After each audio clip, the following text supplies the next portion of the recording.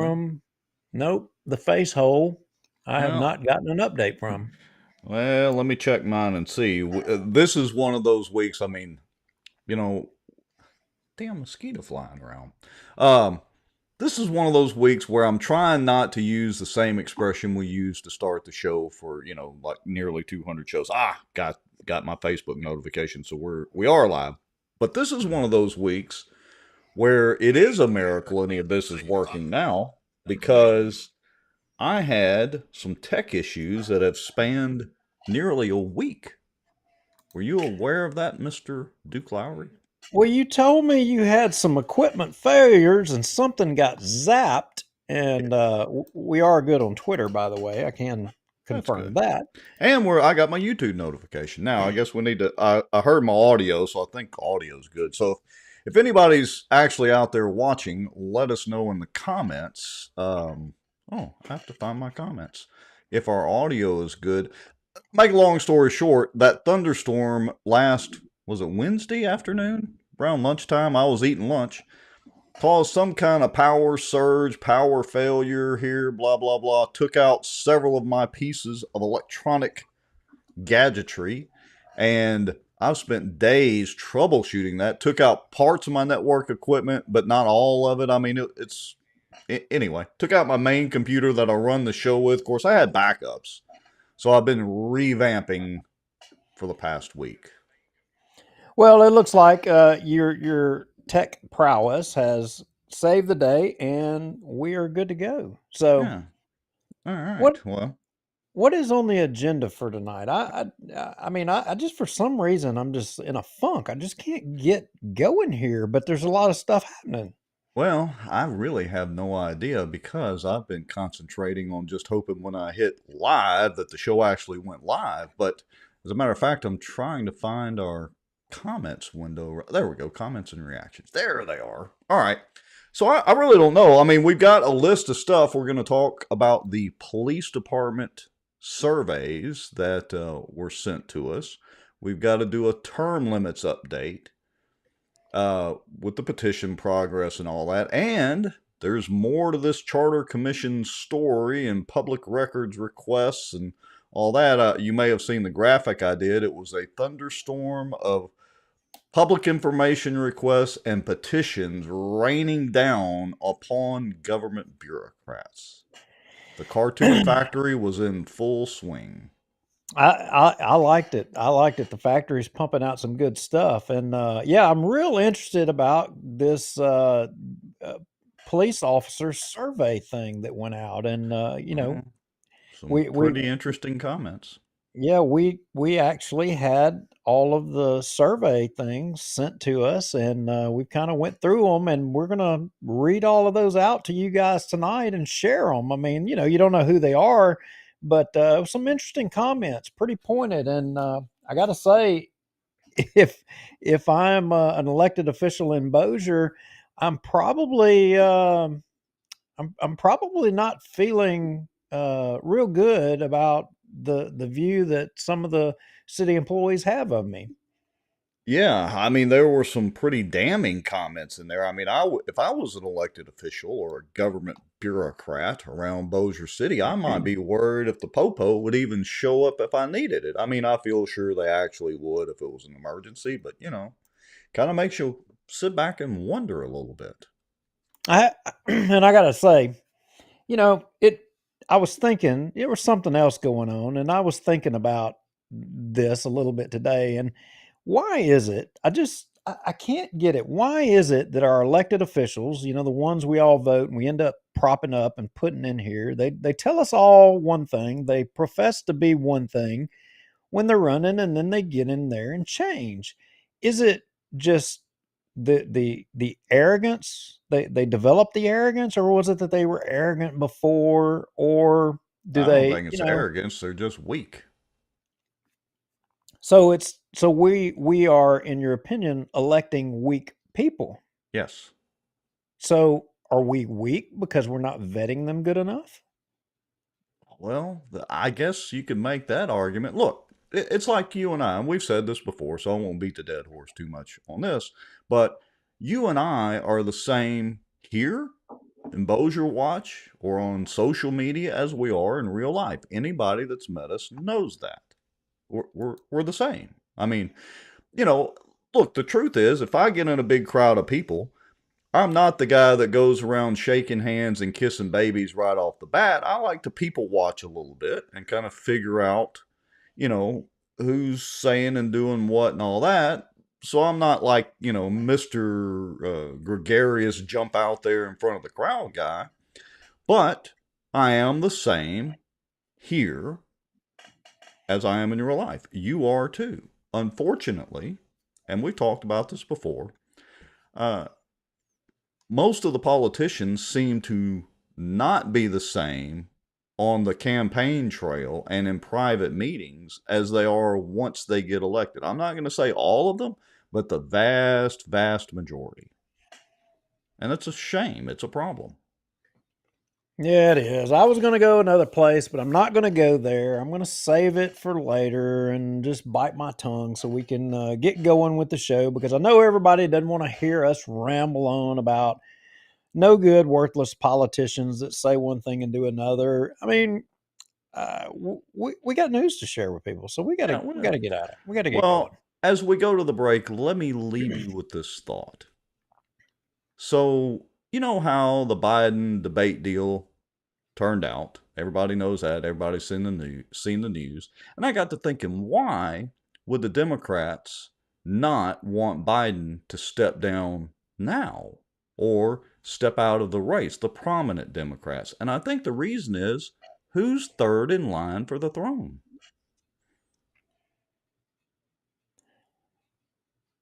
Yeah, but no. Let me just leave you with that thought. Let's go to the break. Folks, you know the drill. We'll be back in about 3.5 minutes. That gives everybody time to make your popcorn, get your drink, get your notifications on Facebook and YouTube and all that. Text people, tag people, do all that sort of thing. We've got some stuff to talk about. These police surveys are quite revealing, and we've got some information to share about our favorite little princess over there on the Charter Commission and all that. We'll talk more about it when we come back. 3.5 minutes. Here we go.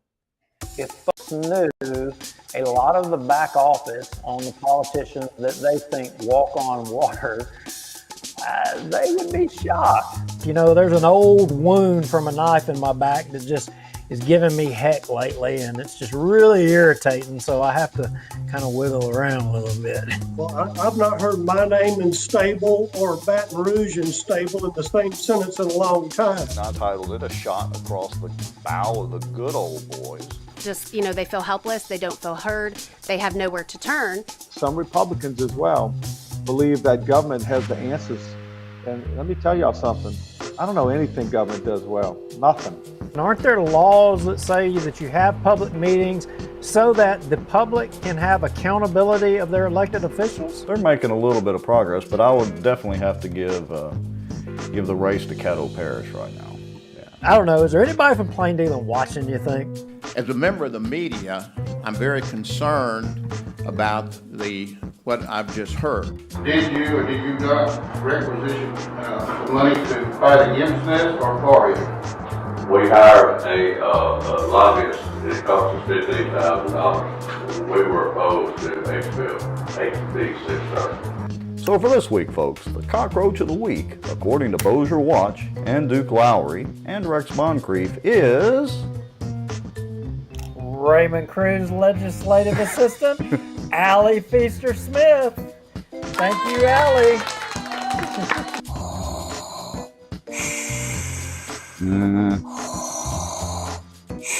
Well, I'm not thinking Star Wars at all. I'm thinking zombie apocalypse. No way. It was not David. You know it wasn't David Montgomery. David ain't going to jump off in there with Chris. He ain't going to do it. He'd as soon spit on him as he would even look at him. Man, this is a Mickey D's Krispy Kreme week. Didn't you know? Who's paying y'all? And if you're driving on the roads, are you safe? It's on the road. Well, I know you're on the road, but I mean, is this all folks coming from the border down there? Yeah, it's going to the border. It's actually going to Mexico and buses. doesn't mean they interpret it the same way that I do. For instance, the Second Amendment. I take it very literally. That's been interpreted different ways in the court system all the way up to SCOTUS. Yeah, that's only going to cause more division that he claims he doesn't want to cause, and it's only going to cause more suspicion. We're still right now combined on both pages and YouTube at 264 people watching. That is amazing. Bo Coleman's project, the Walker Place deal, through conscious, shocking actions. The purpose of their actions was to stop plaintiffs, being Earl Coleman and associated groups, not from developing Walker Place. But here's the key thing, which in turn would enrich sitting city council members Scott Irwin and David Montgomery Jr. You hit the button, does that mean that people are like seeing us sitting here talking? Well, in theory, every weekend we got to double check and make sure the fucking actually works. This live broadcast is brought to you by the Outdoor News, fishing and outdoors for our area. Acadiana Mortgage, over 25 years in the mortgage business. Pelican Training and Consulting. Reach out to Julie Ferris. Smarter Geek, making technology easier. And folks sharing information and watching out. Now, grab your popcorn and a drink. Here we go. And we made it back. Hey, I want to ask the audience something. So, in the pre-show, we were talking about decreasing the break time and all that, and the countdown and all that, which is a valid deal. Let me explain real quick to everybody why we do that. Number one, it gives us a chance to share out the show, make sure we have our notes in order. Number two, it gives you guys a chance to share out the show and tag people and text people and, well, like we say, go make some popcorn and a stiff drink if you want to. But it is about, 3.5 minutes total. Do y'all think it's too long? Do you enjoy the intro? Should I change it up a little bit? Let us know in the comments. And something else I'd point out, I noticed, Rex, that the viewers on the other platforms other than Facebook are now, equal to or more than what's on Facebook. I just noticed that. And look, I'm kind of happy. We've got like 6 people watching from Twitter. I mean, it doesn't sound like much. And for the Twitter or X platform, some of the podcasts, it's really not. But for us, we hadn't really ever pushed that. But I'm proud to see that number starting to creep up. So, yeah. Yeah, no doubt. So when I did the man on the street thing the other day, I happened to, for whatever reason, it was on my phone and Twitter and popped up, and I was actually watching it from Twitter, and it was actually interesting watching it from Twitter. It was different. Kind of a different experience. So, real quick, term limits. I'll give that quick update on it. Like I said, I think that last week I said we were, 3/4 of the way there, almost done, and we are right there knocking on the door. I know this evening there's several of our walkers are out even today getting signatures, and I think we're going to have the 4th of July this week. I think we're going to push it off. We're going to get us a little buffer and probably walk through the 4th and the weekend, and just put a little bit of extra on top. Yeah, well, it's always good to have a cushion because, just for folks that aren't aware of how that process works, not only do you have to go out and endure the exercise and the heat and all that and get the signatures, but once we get all the signatures and the list together, the petition together, then, correct me if I'm wrong, dude, but we kind of do a initial vetting of that to make sure that information is correct and all that before, or as correct as, we can make it, you guys can make it, before turning it over to the Registrar of Voters. And then the Registrar of Voters office does a very thorough job of vetting all the signatures and information. Is that correct? Yeah, absolutely. It's correct. And we try to make it real easy for them and make sure that all the information is there and correct. And But I'll give you an example of a scenario that it's kind of hard, and it would even be hard for the registrar of voters. So imagine you go out and you get a petition from somebody who was married, got divorced, started using their maiden name again, and then got married again. So they sign their signature which way? Oh, well, yeah. Hold on. So I wasn't completely following the deal, but they would sign it maybe with their married name or maiden name or vice versa. Well, yeah, they could have, but let's just say, for instance, they had their voter ID under their married name. Right. Then they had gotten divorced. Then they went back to using their maiden name, and then they maybe got married again. All And then if you right. tried to look up their voter ID, or you tried to determine what, their voting precinct, ward and precinct, which is a required element. I mean, my point is it can get really hard to determine who that person is. And from our standpoint, when we submit it in, if our requirements are to have year of birth and ward and precinct, and you have to be correct on all of those things. And so let's say I can't find the voter ID number, and I can't find the ward and precinct, so then I have to just kind of hope that the registrar can find the correct name, and it's kind of hard. So we try to solve a lot of that question on who they are before we send it in, and to prevent them from having to do a ton of work. And I will say this time around, unlike the last petition, we had a lot of faulty signatures, and we call it curing, and we had to cure a lot, try to search up and figure out who they were. Mm-hmm. And we've had a higher number this time than we even had the last time. And we have a process. We have a couple of volunteers that are going through signatures, and I'm not going to say names. I don't want nobody to get called out here, but we have a process. We're working through that, trying to cure those signatures. And even, let me put it to you this way. Let me say it this way.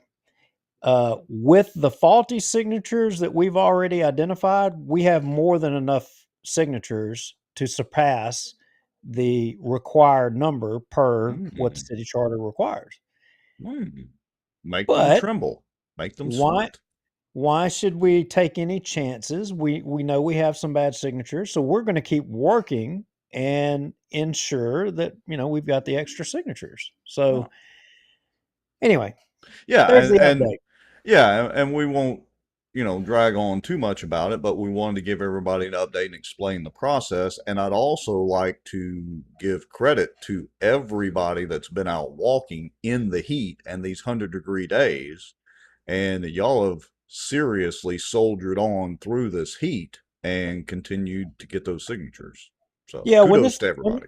When this thing is done, I'm going to make the list of all of the volunteers that collected signatures, because I want to share something else with you too. I had people literally coming into my office today bringing sheets with signatures that 5 or 10 just on with their neighbors at their street that have been collecting signatures. Some that I have to admit I didn't even know they were collecting, and it's a welcome thing. And the feedback that I'm hearing from them is that how easy it is for them to get those signatures, that overwhelmingly people are signing. Every little bit helps, without a doubt. All right. Yeah. So let's move on to our first topic. Whatever shall we talk about first? Because I've got the Bossier surveys first, but I don't think we need to cover that first. Shall we go to the Jimmie Davis Bridge discussion at the city council meeting?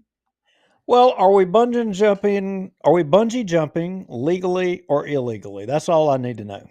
Well, I think I've shared this story before. When I was a kid, we used to jump off the railroad trestle over Bayou de Sear near the country club in Monroe when I, lived in Monroe for part of my childhood. And I don't know if I'm sure there's some law or statute against doing that, but we used to take our bicycles and carry them out there, our mongooses and all that, and set them up on the trestle, tie life jackets to them, and then bunny hop off the trestle plunge about, I don't know. It seemed like it was 40 feet in those days, but I'm sure it was only 10 to 15 feet.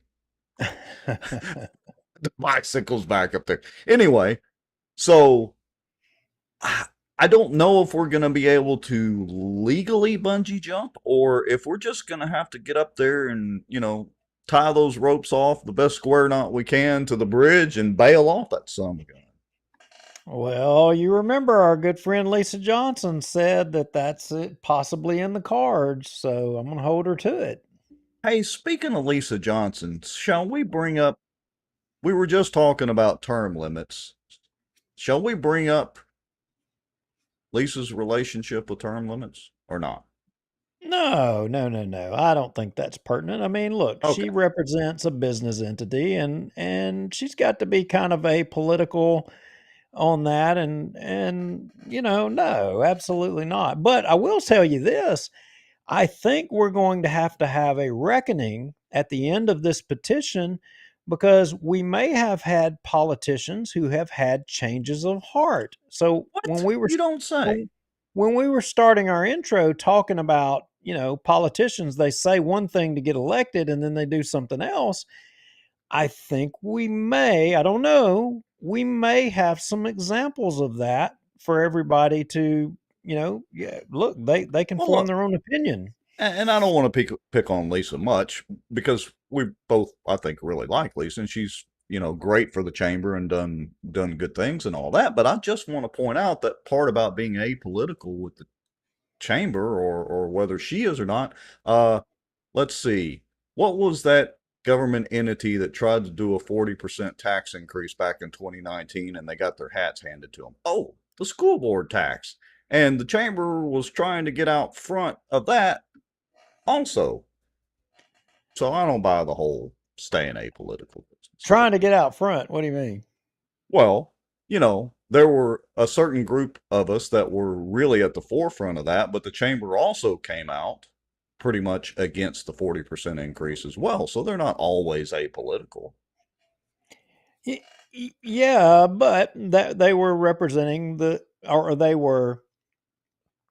they were taking the position based on what is best for the interests of business in Bossier, which is the proper role for that organization. They need to be looking out for the interest of business because, I mean, if you kill the golden goose, I mean, you're not going to have any school system. I mean, Well, it's going to fall all on the backs of the taxpayers at their houses. I mean, I agree, but in this case, did you know that KTAL actually mentioned in one of their newscasts updating on the term limits and charter commission soap opera and drama? Did you know that they actually mentioned that the city was $400 million or whatever we are in debt? The news actually mentioned that. wow. Well, that's a change that they're doing news and reporting things and statistics. I'm impressed by that. All right, so we better move on. Judy Stewart says she's lost. Judy, I was just picking on our good friend Lisa Johnson just a little bit. So He all right. he was trying to, but I was holding him back, Judy. All right.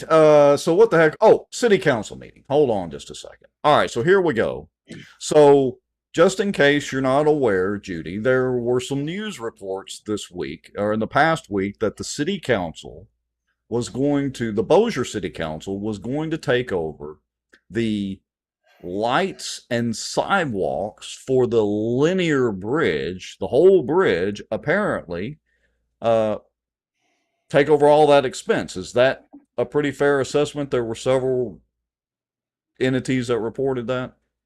Yeah, I think that's the way it is. I mean, look, originally when we talked about the Jimmie Davis Bridge thing, they were talking about that Billy Nungesser was going to make it a park, and the only thing was that Shreveport and Bossier were going to have to take over the lights and the sidewalk thing or whatever. Right. Yeah. Okay. So, whoops. Let me try to hold on. I'm going to switch screens. All right.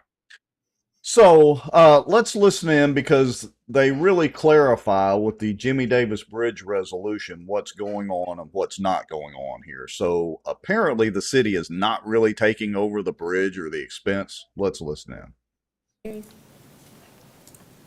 Adopt a resolution authorizing Mayor Thomas H. Chandler to execute the attached agreement between the City of Bossier and Louisiana Department of Transportation Development related to the Jimmie Davis Bridge State Project H001778 Federal Aid Project, first and final reading.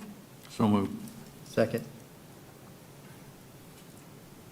Madam Mr. President, would like for Ms. Nottingham to just give a brief regarding this item. Okay, here we go. Here's your explanation, folks. Listen up. So there are 3 separate agreements. There's the entity state agreement, the lighting, and the sidewalk. These are all related exclusively to the construction of the new 4-lane bridge and the improvements that will be made along the Jimmie Davis Highway and the Parkway. And so where they're doing the cloverleafs, the tie-ins. And so I provided copies of the pages in the agreement for you that show that DOTD is responsible for 100% of the costs for all of this construction for the bridge and the lighting and sidewalks. Once the construction is complete, the city will take maintenance of the sidewalks and lighting. So that's on the Jimmie Davis Highway. Correct. Mr. President, Matt. So this agreement, contrary to what was put out, we are not taking control over the linear part. This has nothing This is the new bridge Correct. and everything that goes along with that, similar to what we do with other bridges. Correct. There's been zero conversation at all related to the city taking ownership of the linear park. None at all. All right, y'all heard that. This is kind of Zero. confusing here when it says Louisiana Department of Transportation Development related to the Jimmie Davis Bridge. No, that's- Just the new construction, and it highlights that in the original agreement. Okay. So in Article So- 1 on So the, enough of that. So she's saying what's being put forward today, it has nothing to do with the linear bridge or the sidewalks or the lighting or whatever. It has to do with the new construction of the new bridge that they're going to call the Jimmie Davis Bridge. Yes. And there is a point here where she clarifies it just a little bit more. So we'll go ahead and play it just for a few more minutes so everybody is clear. the entity state, it says the improvement hereinafter referred to as project that is to be undertaken under this agreement is to construct a 4-lane bridge to the north of the existing bridge with full access interchanges to Arthur A. Teague Parkway and Clyde Fant Memorial Parkway. And Ms. Nottingham, this will be just like Shreveport-Barksdale Bridge.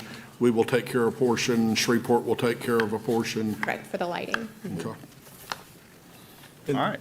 There you go. Ben, did you get a chance to look at it? All right. I really don't care what Ruddenbuck has to say about it, but that basically, I hope, should clarify for everybody. I mean, the way it was kind of being construed on social media was that, or the way I read it, was that the city was going to be taking over the bridge for all intents and purposes and be responsible for the sidewalks and the lighting and, maintenance and I don't know, whatnot. Yeah, no, I got to tell you, I went through the pages of this thing a little bit, and there was actually, and I'm trying to pull it up out of the agenda real quick, and it even has some diagrams and of the lighting, and yeah, it is actually of the new bridge on the north side. It has absolutely nothing to do with the old bridge. Zero, nada. Yeah. Okay. 100%. So I don't know how that, because the information was sent to us too, and we opted not to run with it because, well, we wanted to hear what they had to say at the city council meeting first. So I hope that clears it up for everybody. Okay. Now, there was one other part that I want to jump to. And our good buddy, Mr. Hammonds, asked about state reimbursement concerning the Coleman project. So let's listen into just a minute of this dialogue. Hey, Ben, hold on before you go. Have we recouped all of our money that the state is supposed to be reimbursing us on the? No. No? For Coleman? Yes. No. How long has that been now? We poke them every month. It's been 2 years. 2 years? At least. So who do we need to get in touch with to get our Hello, money Queen back? David. Do we need to call Senator Bass? That might work. I mean, The- I'm the- happy to do that. I mean, but 2 years, So let me stop right there. For those of you that don't know, and I've said this before, Adam Bass ran David Montgomery's campaign. When I say that, I helped David, I actually did. And it was Adam Bass that I coordinated with. So I'm quite sure the Queen could pick up the phone, and since Adam is such good friends with our governor, I'm sure the Queen could pick up the phone and just get things done. Well, Adam is friends with a lot of people, and Yes. then there's a lot of people he's not friends with, and they didn't even know. It's Yep. amazing how once you get elected, things change so quick. Just had no amazing. idea. Yeah. All right. Yeah. And then there's one other thing I want to play here. This is kind of funny. There was some dialogue back and forth, but listen to what Ruttenbuck has to say about the Coleman project. remember, we actually took in Barksdale Boulevard at the East Bank, and they, quote, give you credit so you can go build another road. And then they made us, anyway, not to rehash the soap opera, but yeah. To rehash the soap opera. I think we need to do a little Facebook short, Facebook reel, whatever, YouTube short with not to rehash the soap opera. So many soap operas, I can't even keep up. I mean, yeah, one right after the other. So other than that, there wasn't anything else that really caught our attention out of that city council meeting, I don't think. yeah, Judy Except for Stewart, the fact. I'm Judy Stewart. I'm with you. I'm confused too. Sorry. Yeah. Well, nothing of any substance. Hey, Ricky Bridges, good to see you. I did want to make note, though, that was Charles Jacobs' voice. So apparently he was back at the city council meeting. So, Yeah, this is the first meeting that he's back. It's good to see that he is back. He's obviously not in Houston, and what I would say, and we were kind of going to go down this road, but I don't think we're going to go down it so much as we were or what have you. But there had been some messages to us that we needed to ask for this and ask for that regarding his employment, the status of his employment, whether he was on sick leave, whether he was not, was he still getting paid, was he not, to which we sent a public information request and got a prompt reply. I don't think that that is pertinent to go through at this time, but some of the questions that were posed to us were was his sick leave or what have you comparable to, say, Tracy Ponder?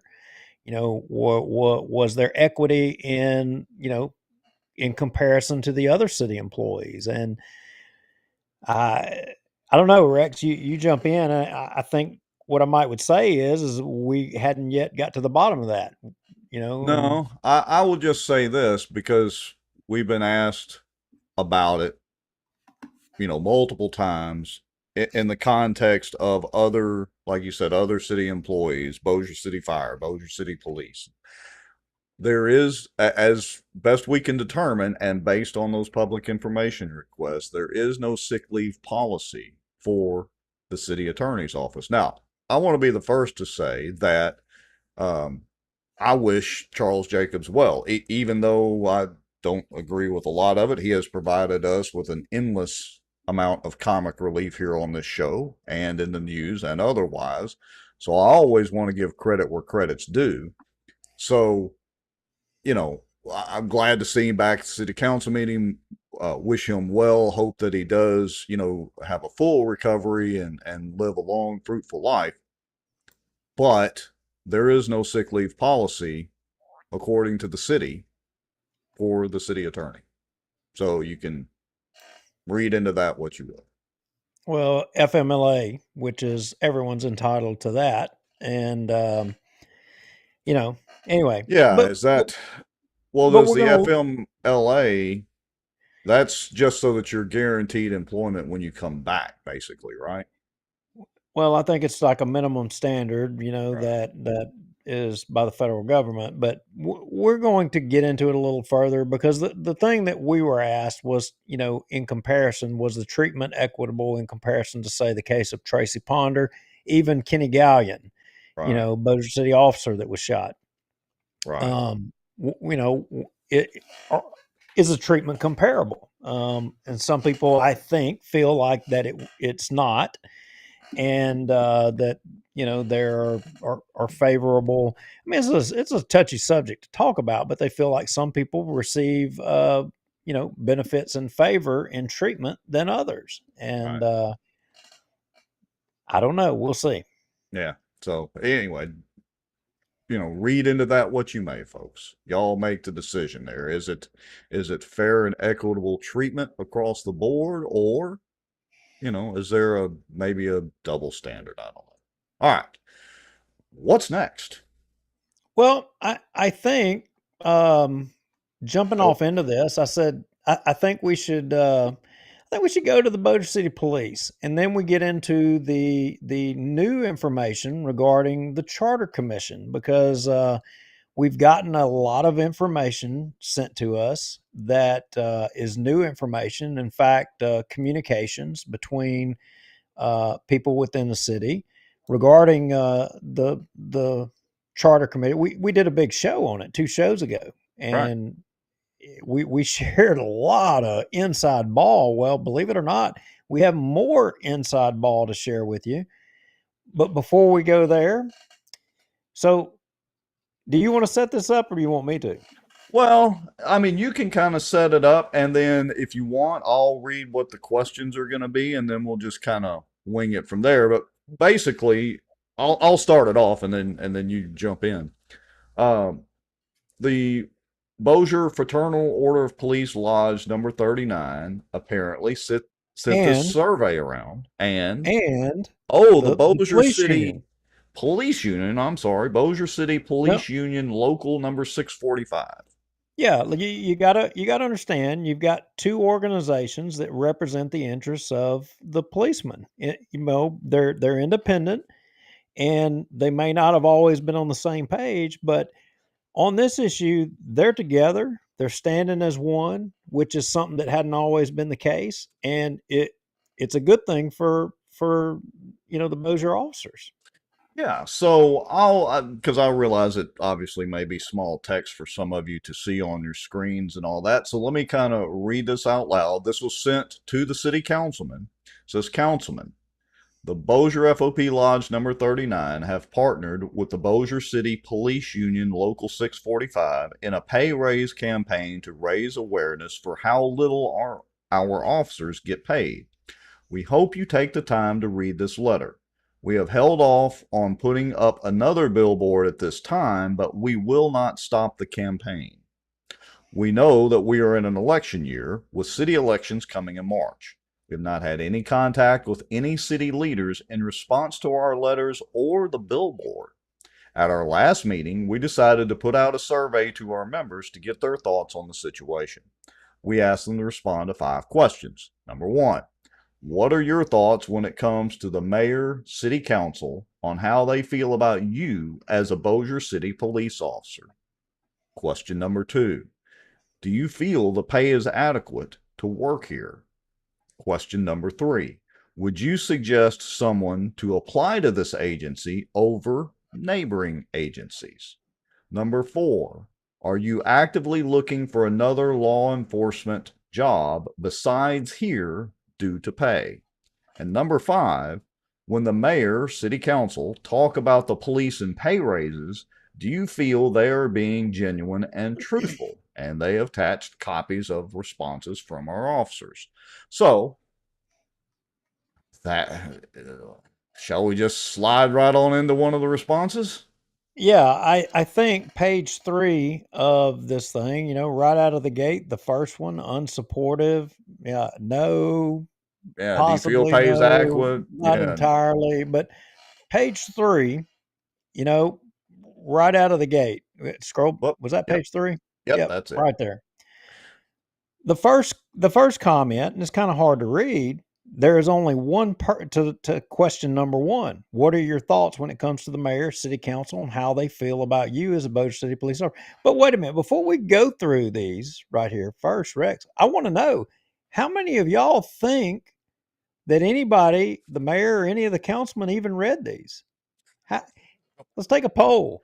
How Now, many of y'all think that these guys even read any of these, or that it did it bother them? Did it, regardless of what said, y'all don't even know what was said. Do you think they even took the time to read them? yeah, I mean, in the initial introduction to these surveys, that letter that I just read, I refresh my memory here because it was just a couple of minutes ago, but didn't the letter say that they had like no response from any of the city councilmen or mayor? Well, I think that is referencing from when they put a billboard up, and a lot of folks may not realize, but the police officers put up a billboard basically, and I think we showed it on one of our shows. Just kind of where things were, how it stood, and I'll say this: I understand that kind of what transpired was that basically the council or let's just say city government came to the police and said, "Look, stop doing what y'all are doing, and we'll address the issue of the pay." But since then, there's been some So things have come to light. gladly pay you Tuesday for a hamburger today. Yeah, but it's the quintessential wag the dog thing. So, I mean, look, they've got no intentions of doing anything, I don't think, until after the election. I mean, they're politicians. They say one thing when they need to vote. They do something else once they're in there and they got the vote. It's just the way that it goes. Yeah, and Wes, as a former police officer, brings up an interesting point. I hope they wrote with their offhand. King David and FBI Jacobs will have handwriting analysts on site tomorrow. Well, this was sent to the city council, so it is actually under public records request purview. But so what does this first one say? Do you want me to read it, or do you have it pulled up in front of you? Go ahead and read it. All right. So first question, what are your thoughts when it comes to the mayor, city council, and how they feel about you as Bossier City police officer? The answer is there is only one person in the city who has an issue, and that would be Mr. David Montgomery. He treats the department like we need to worship him and his every request.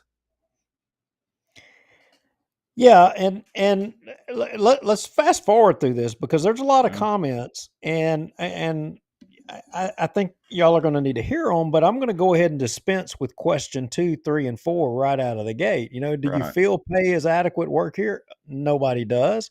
Would you suggest someone to apply to work here? Or no? No. And are you actively looking for yet another? Interestingly, I mean, and this is a credit to the officers down there, I would say that it was 50-50. That, a lot of them. Some were not. Some weren't. And the ones that weren't, they basically articulated that, hey, we're not. This is my home. This is, I love this department. I love what it is. That they're not going to look for nothing else. So, and I think in a previous show, we talked about how in Bossier City, there's people that are loyal to Bossier City, to a fault. And it's so true. It's a family type thing. I mean, there's a lot of old generation people that are going to be here regardless, come thick or thin. And I think elected officials and politicians have taken advantage of that, and they may have done push too far. So the only pertinent questions to pay attention in these is number 1 and number 5. Right. And the number 5 answer on this one, do you think the mayor and city council, when they talk about the police and pay raises, are being genuine and truthful? His answer, or hers, whatever it may be, mayor, yes. Certain city council members, yes. Mr. David Montgomery, no, and double underlined. So apparently this particular officer does not think that David Montgomery is genuine and truthful at all. All right, on to the next one, because I think we're just getting warmed up. Yeah.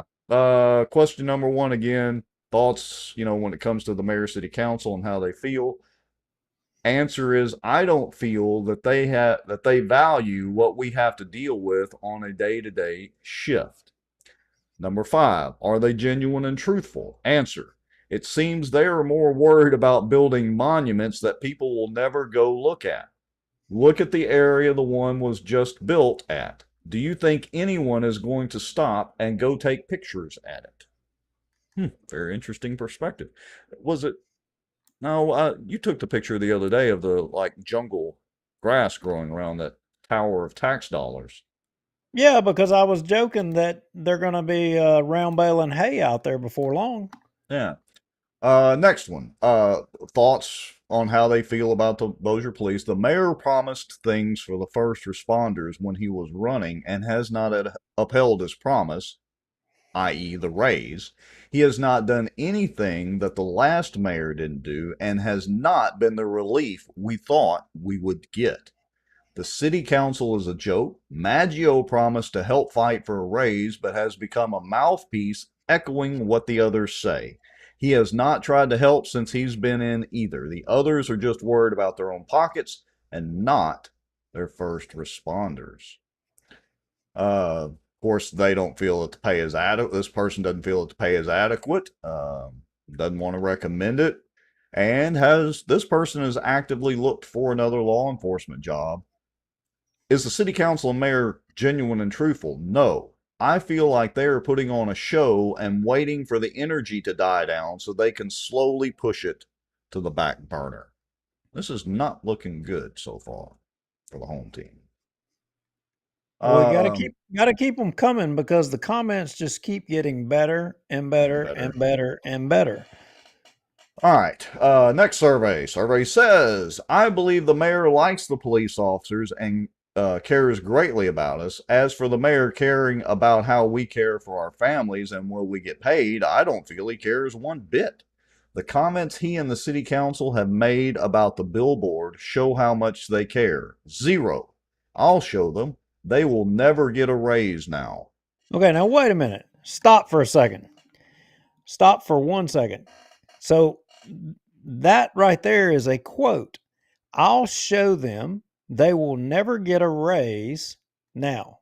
I wonder where that was heard. So did Tommy Chandler say, I'll show them they will never get a raise now? End quote. That's what that prompts some curiosity from me. What say you, Tommy Chandler or Lewis Johnson as the public information officer? Because if Tommy did, if Tommy did bow up because I mean, look, he ran, that's one of the other things he ran on. He ran on term limits. He ran on, the police. We needed more police. They needed pay. He ran on those things. And if he's jumping up there because it hadn't come through. Now look, I respect the fact that he's the mayor. He's got a council that is hostile to him and not helping him. I mean, that's obvious. But if he did jump up there because the police started fighting for themselves and made a comment to the effect of, I'll show them they'll never get a raise now, I got to tell you, he doesn't deserve to be the mayor. Not looking good. And Paul Black, I'd just like to remind you, great comments that I just had up on the screen, but I'd just like to remind you, the city does care about Manchac and Ruttenbuck. Remember, they got a 30% raise, to say it. Does this person think the mayor and city council are genuine and truthful? Before being elected, I heard the mayor wanted to give the police officers a pay raise. However, I'm unsure what term he will be in, when or if that happens. I know the city council never cared about giving us pay raises. They will provide us with $400 here and there and claim, you get 2% every year. What else do you want? They don't care about anything but themselves. Next one. The mayor and city council have already shown that they think of us as nothing but a number on a piece of paper when they voted to spend an outrageous amount of money on the Walter O. Bigby Monument. And are they genuine and truthful? They are doing nothing but putting on a front to try and appease us. We're only on 8 of 22. This is not looking good. I feel like they say to the public that police officers are important to them, but in reality, it's a bunch of crap. City Council is only worried about lining their pockets. I don't feel they're genuine. I don't feel it's genuine at all. What are your thoughts? I think they like us, but use us to their advantage. And are they genuine and truthful? Some of the times, but sometimes they just tell us what they want us to hear. Next one.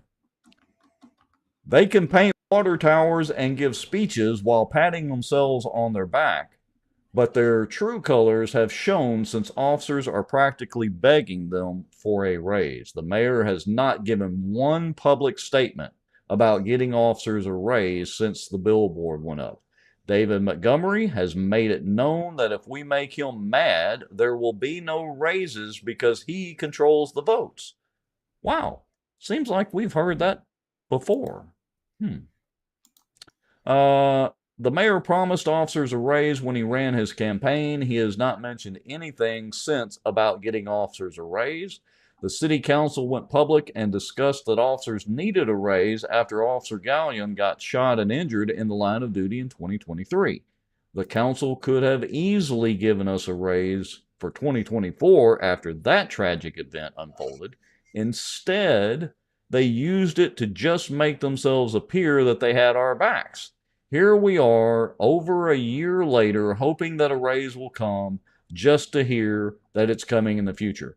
You know, if I were a political campaign manager or operative, and Duke, you and I both know some, this is a pretty damning statement for Tommy Chandler's re-election campaign and re-election hopes.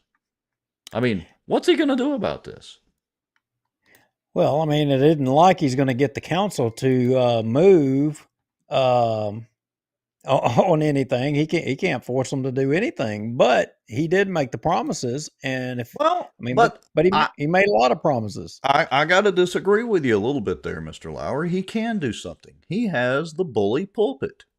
On a much smaller scale, obviously, than the president does, but he could absolutely go to the news media. I've said this over and over ad nauseum. He could absolutely go to the news media.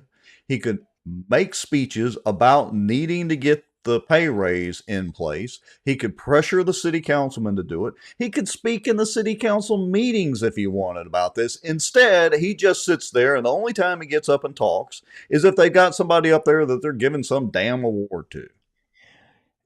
Look, you're right.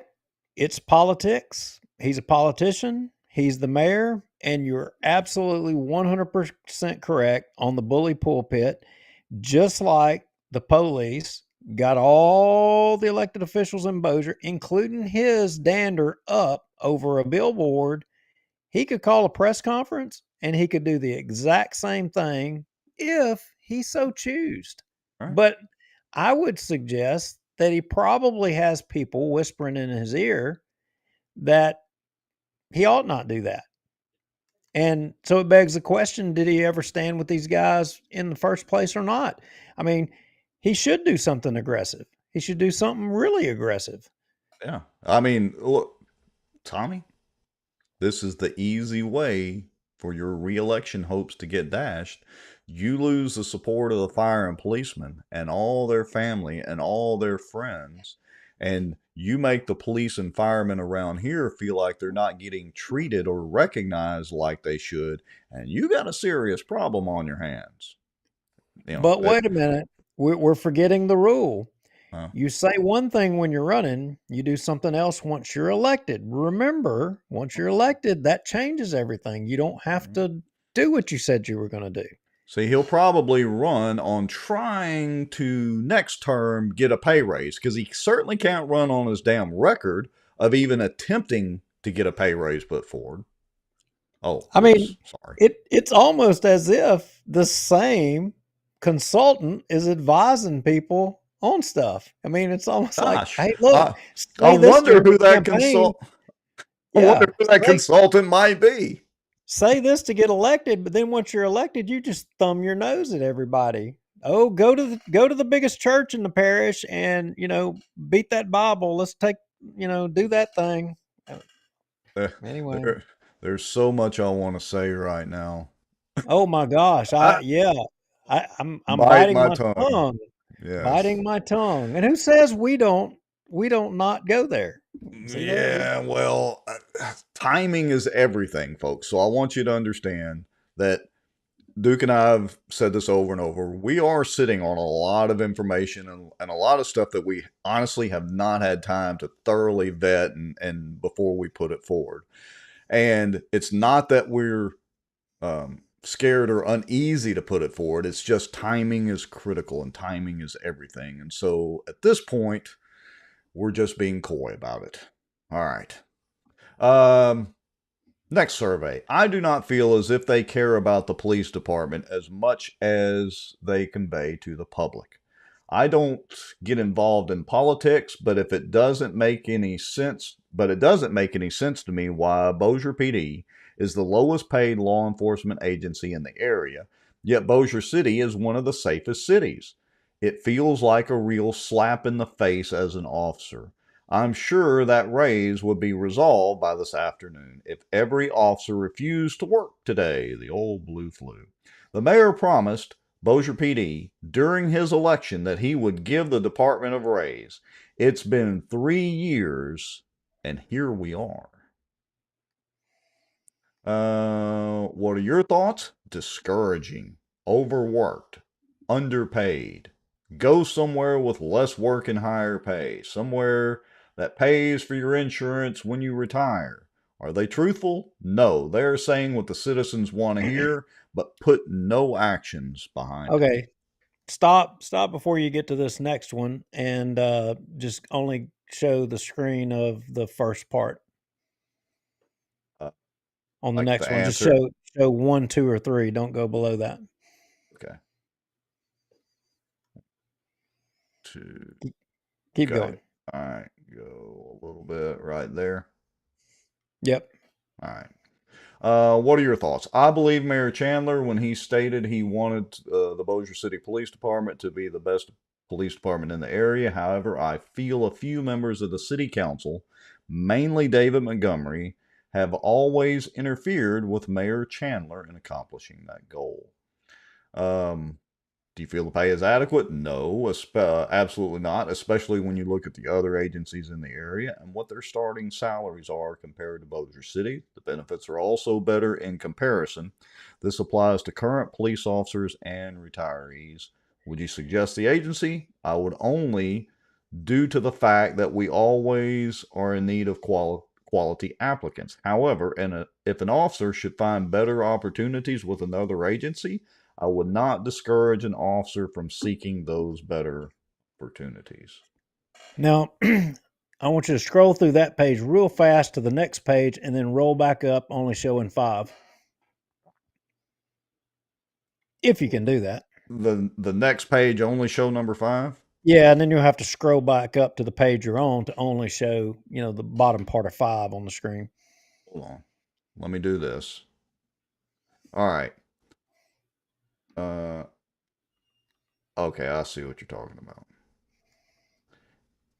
Yeah, you want me to show number 5 of that one we were just looking at, but only 5, right? Correct. And there's a reason we're doing this, folks.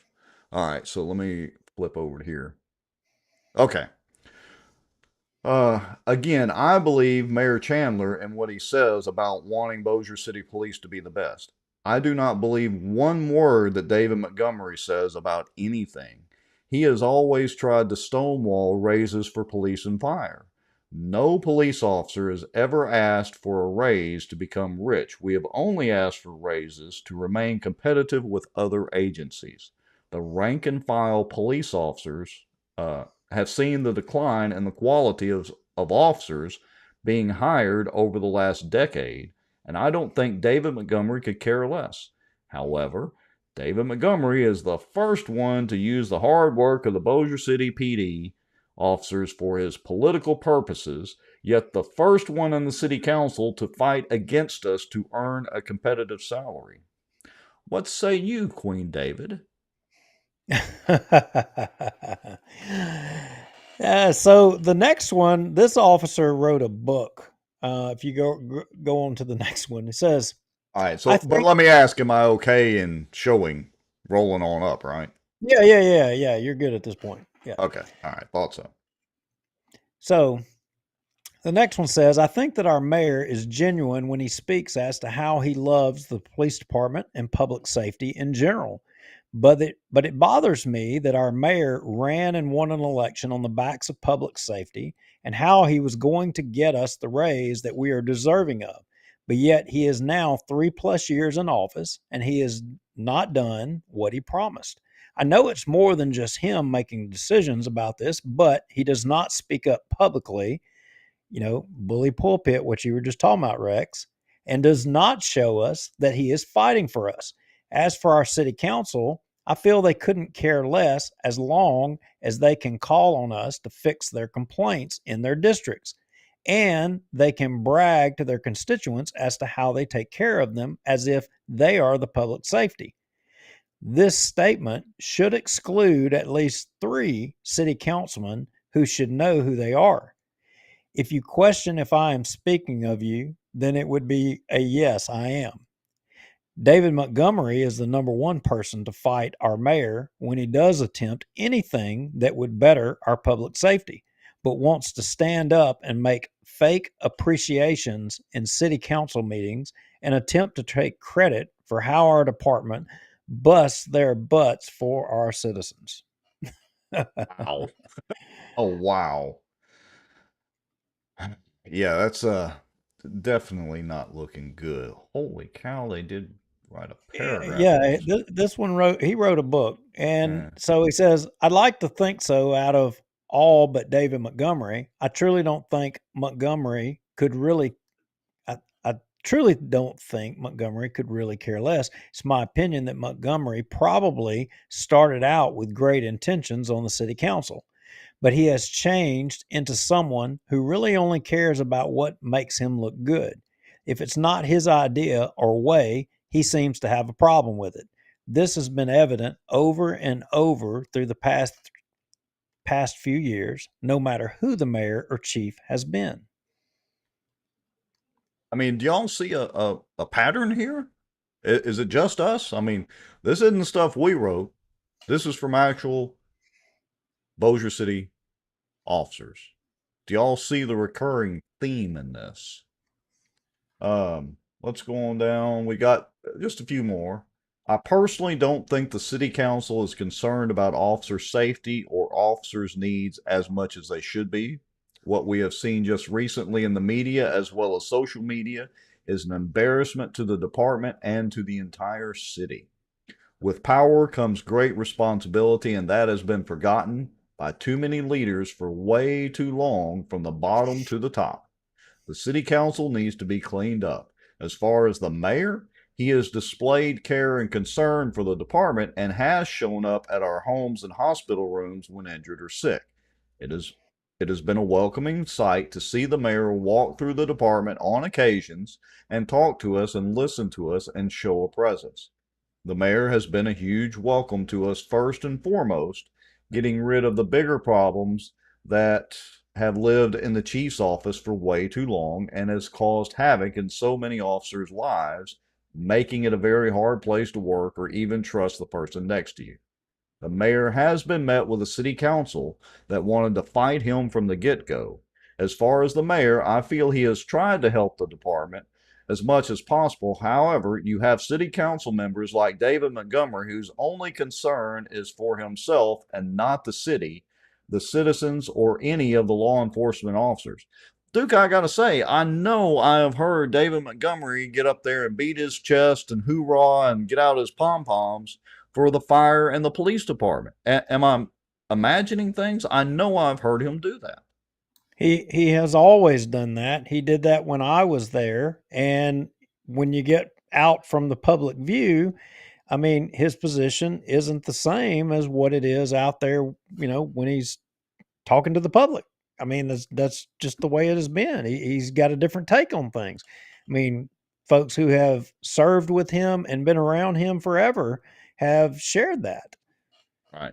Well, there's a difference in words and actions, Queen David. But here's the thing.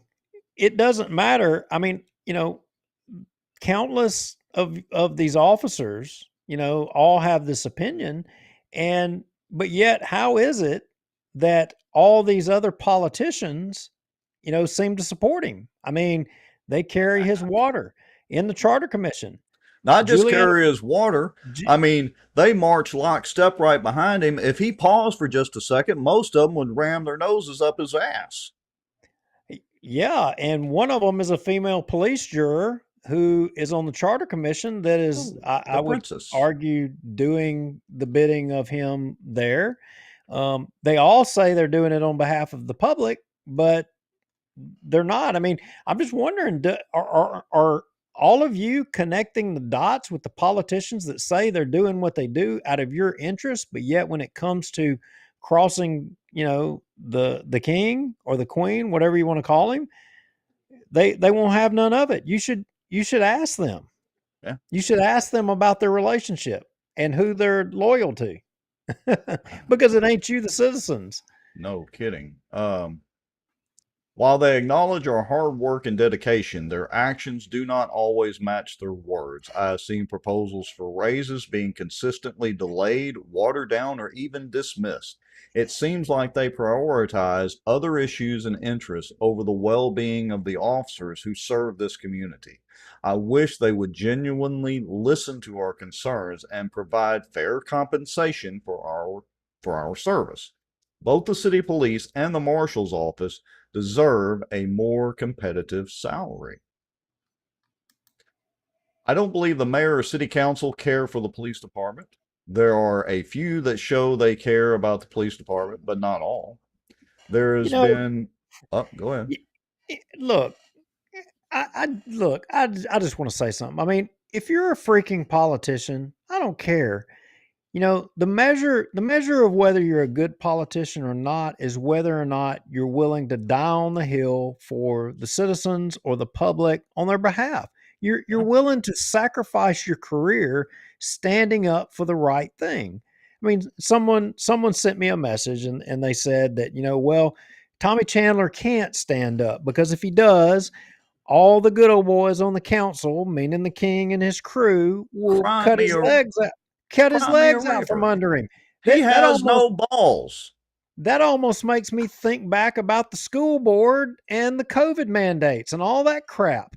That they couldn't do nothing and blah blah blah. I mean, bull crap.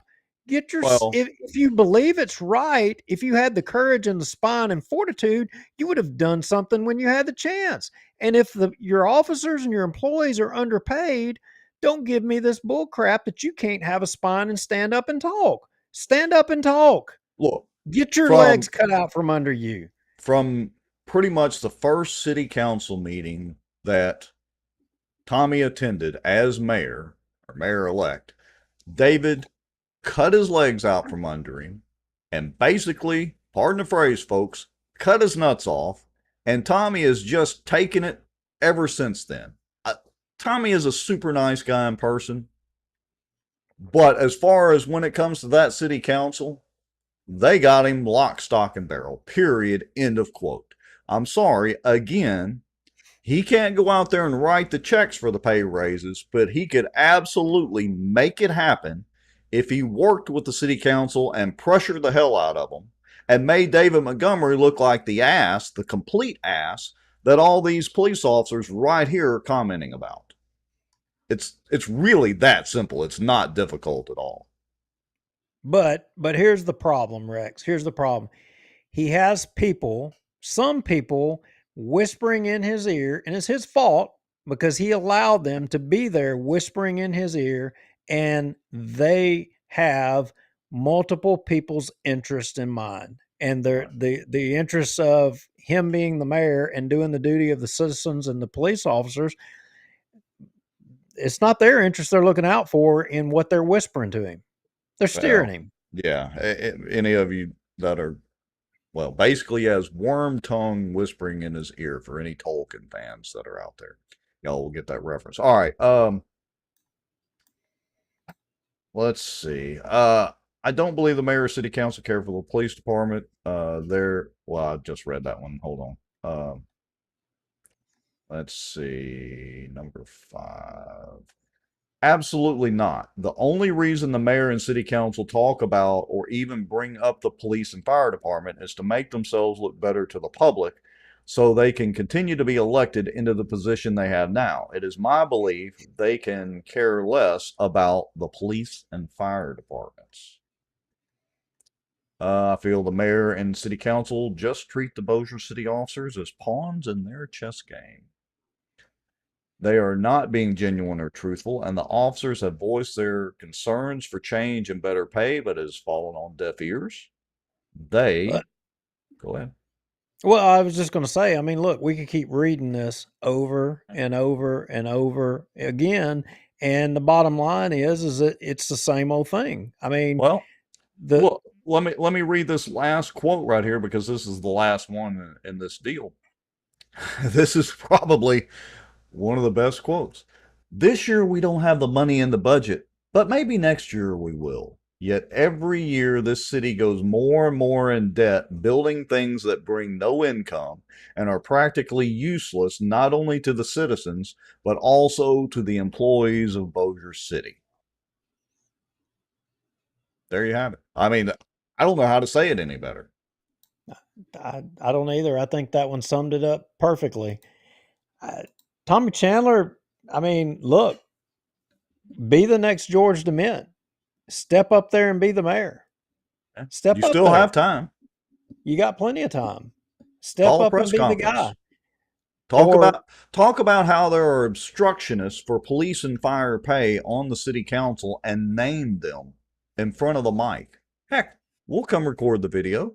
If you don't want to use us, use the mainstream media. Use Channel 3, use Channel 12. We don't care. Just do something, Tommy. Please, for the love of God. I don't know what else to say in that regard. I mean, you can only expect these folks at the police department to hang on for so long, and they've been hanging on, and it's only out of a loyalty to Bossier City. And, Bossier City citizens, you have a responsibility as well, too. I think you need to bend the ear of the mayor, your councilman, Maggio. I mean, I got to tell you, I mean, Maggio, what has Maggio done? Maggio was supposed to be big pro police. Where's the beef? Yeah. Oh, where you at, Vince? Somebody called him out in one of these. Where are you at, Vince? You have always stood with public safety. Where are you at now? I mean, yeah, I think I mentioned it last episode, when you were walking the street, but one of the afternoon I was out there actually helping, I had the opportunity to knock at somebody's door. No, just stop. Don't go. You don't want me to call them out. No. That's going a little far.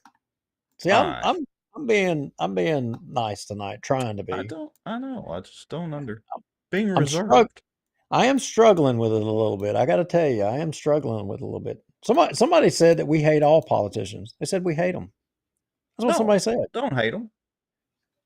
Hate what they do. Hate what they stand for, and hate what they don't do. That's what I hate. And that's why I want to talk to them. I mean, look, why is it that the politicians aren't doing this? Why is it that our councilman, our mayor, why is it that our legislators, senators, why is it that it's us having to call out or point out the problems in government? Because if it's not people like us pointing out problems in government, can we depend on all of them to do it? No. Why are they not doing it? They're the ones that are supposed to be representing us. They are the ones that are supposed to be calling crap out. But why did they not do that? Just to prove that we are non-discriminatory in our bashing of our politicians, I'm going to call out Chris Smith and Brian Hammonds right now. Now, you guys have been two city councilmen that we could argue definitely for fire and police.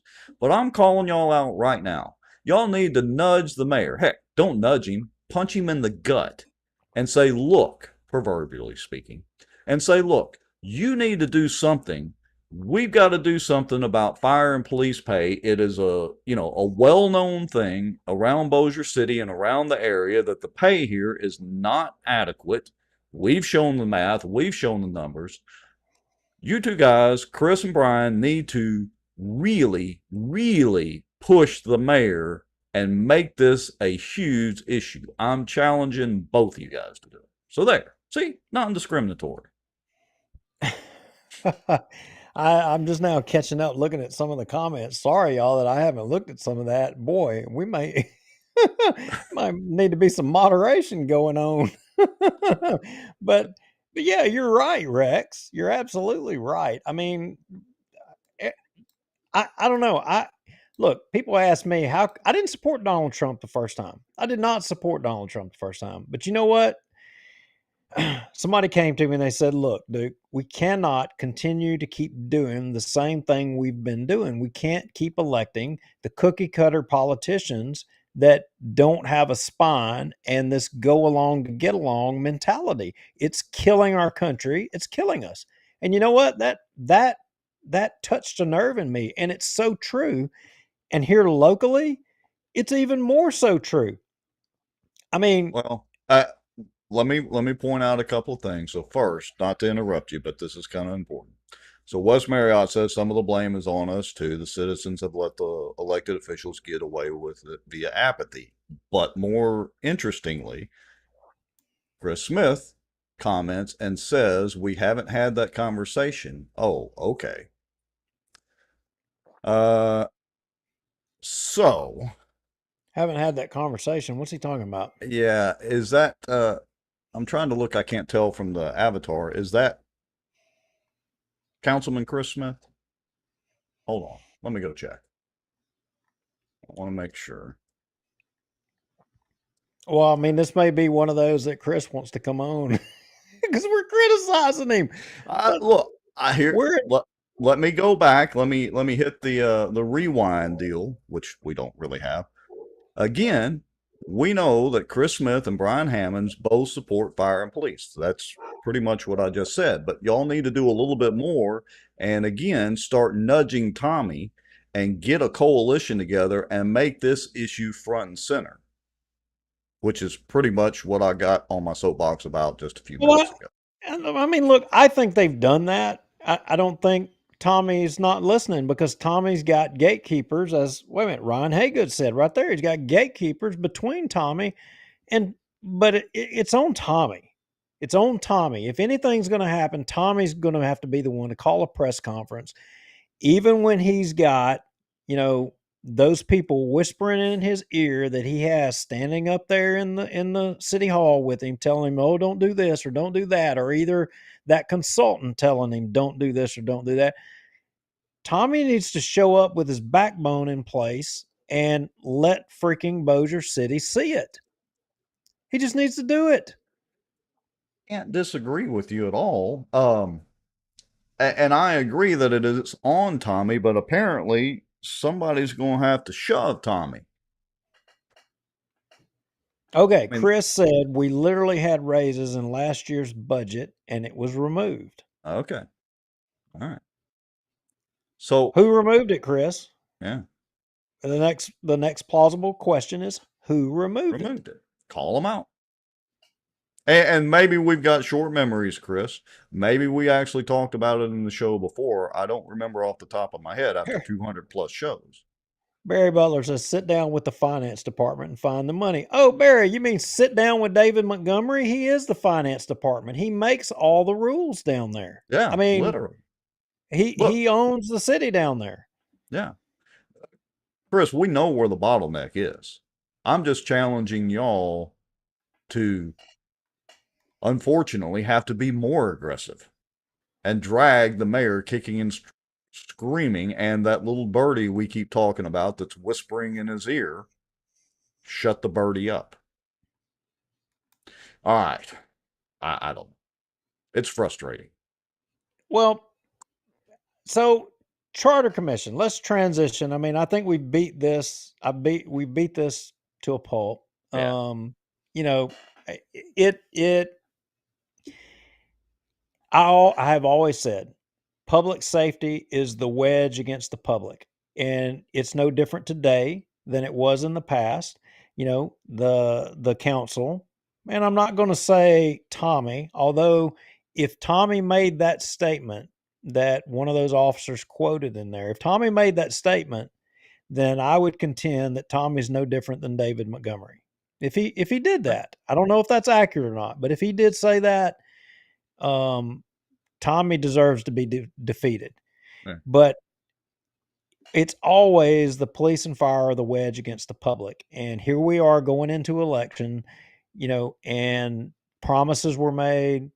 The police pay is substandard. You know, where's the pay study? Remember all this big pay study thing? Where's that at? Oh yeah, somebody asked about that earlier. And look, I just want to say, you know, there was a comment that in those surveys that gave Tommy credit for, you know, showing up to the hospital when people are sick and showing up at their homes and all that to make sure they're okay. And that's fine and that's great. But those well wishes don't pay the light bill. I'm sorry. It's pretty simple math. Let's see. Chris Smith says we gave $4,000 in premium pays, and that was the excuse to remove raises. Ah, yes. BS, but happens when you don't have a majority. Yeah. So again, you know, to make sure I'm clear, we understand, Chris, that both you and Hammonds are pro-fire and pro-police, and really do support it. It's not that. Y'all are not like the rest of the city councilmen. We all know that watching the show. But unfortunately, this is, you know, a team deal, and some of the players are slacking. Okay. Yeah. So let's get into the Charter Commission, because you know all of this stuff is interconnected. You know, and at the end of the day, in the big whole umbrella of this thing is all about a certain group of people continuing to maintain power. You're gonna have to go ahead and finish your thought, because I'm fixing to have to dispense with a dog. Oh. I see. Being a little unruly. Okay. So yeah, I was trying to click around and find folders here. So, all right. There's more to the Charter Commission story. There's a lot more, folks. And I kind of alluded to it last show when Duke was out walking the neighborhoods with everybody. We're going to show a little bit more of it tonight. There is a lot more going on behind the scenes that unfortunately we're not ready to necessarily divulge yet, but trust us when we say there is a whole hornet's nest stirred up over that whole Charter Commission soap opera.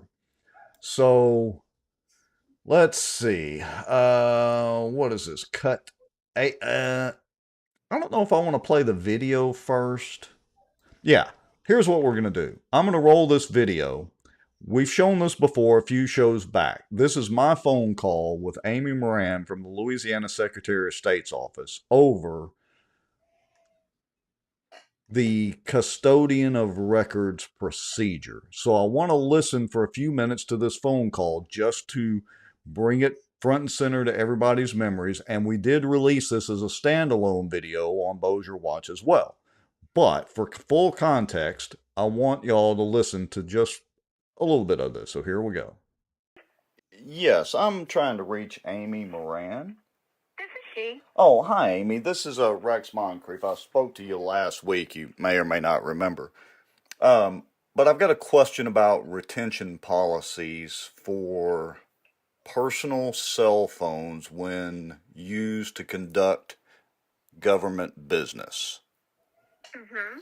So I had called last week in reference to the city of Bossier City, and you guys were gracious enough to send me their retention policy. Yeah, and I appreciate that. But I didn't see a retention policy for cell phones as far as the call logs and the text messages, and specifically if a government official chooses not to use their government issued, in this case, city government issued cell phone, but they are using their personal phone to conduct city or government business. What is the usual policy on that sort of thing? Okay, well, this is how we typically look at that, is that, okay, whether you're using your home email, your personal phone, or whatever, if you're conducting agency business, then that's considered a record. Stop it right there. Y'all heard that. It's considered a record, right? Personal email, home email, personal phone, it's considered a record if you're doing agency business, right? That's the Louisiana Secretary of State's office, and they're in charge with the retention policies for records for all the government entities, basically. All right? Y'all got that? Okay.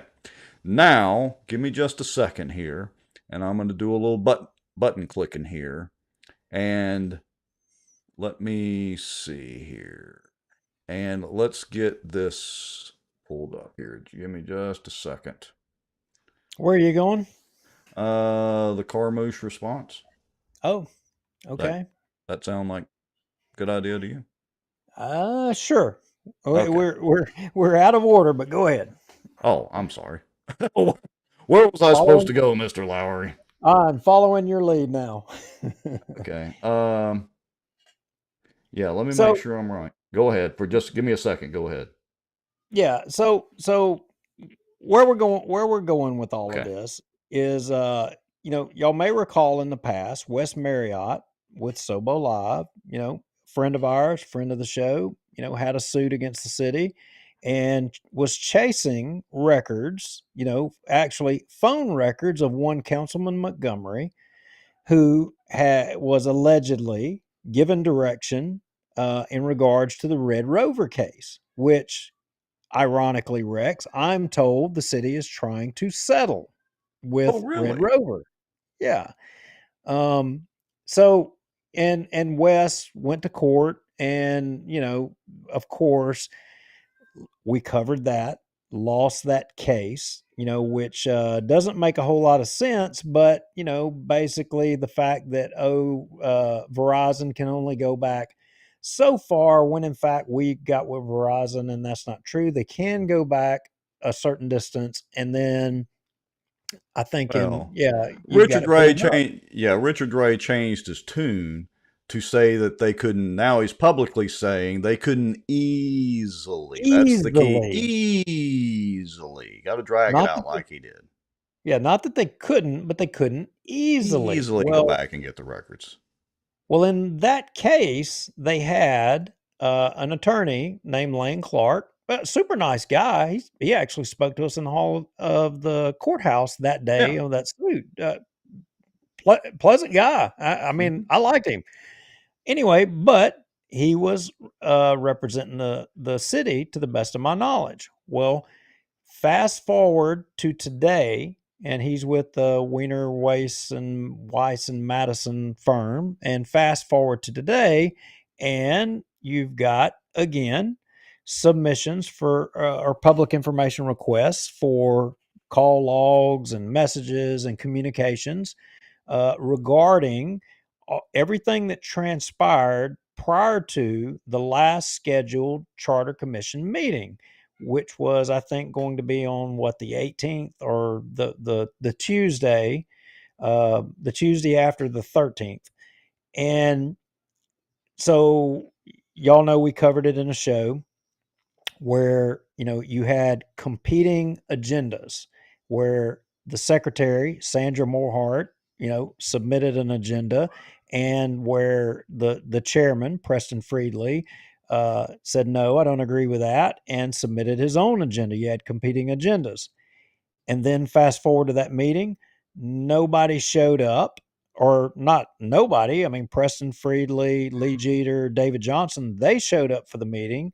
Shane Cheatham had already said he wasn't going to be there.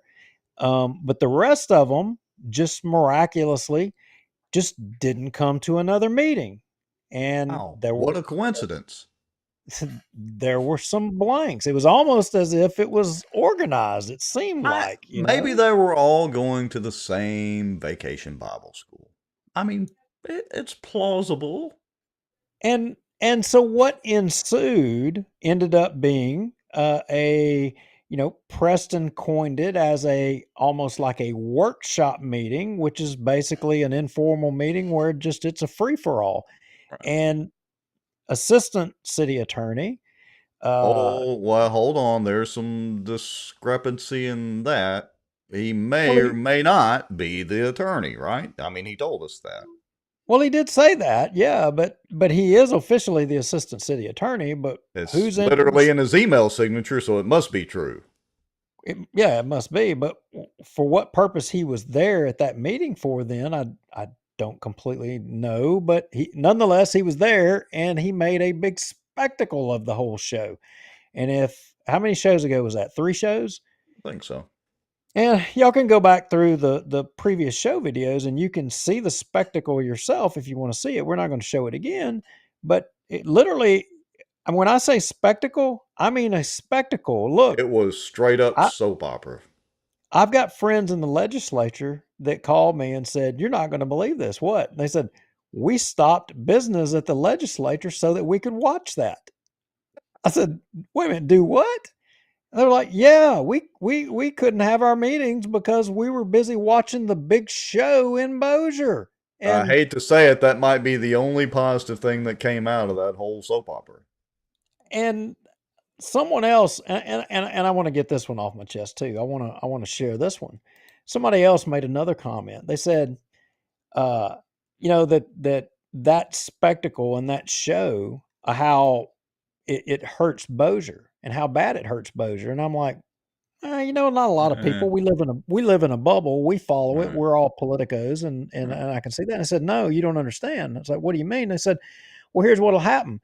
Said, if some company is looking to move to, let's say, Northwest Louisiana, East Texas, regionally, all a competing city is going to have to do is pull that video, share it with the company, and say, "This is the way Bossier City does business. You have to go over there and deal with the good old boys, and this is how they handle themselves. This is how they act." And he said, "What do you think the likelihood of a business that, say, potentially wanted to move is going to come to Bossier when they know this is what they have to deal with?"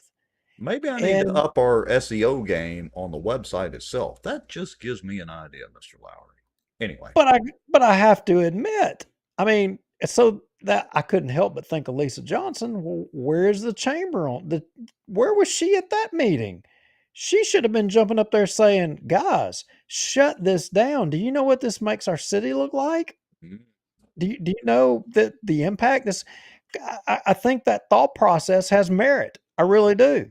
And it is a valid point to make. Without a doubt. But then additionally, where is the mayor? I mean, don't make me answer that. I'm trying to stay off of Tommy's ass now that we're on the charter commission. But I had to say it. It was it's a part of the thought process, and it was something that somebody shared as well. They said that ends up at the end of the day falling on the mayor, because the mayor. Well, he can't even control the city council, much less that soap opera and drama. Yeah, but if Richard Ray's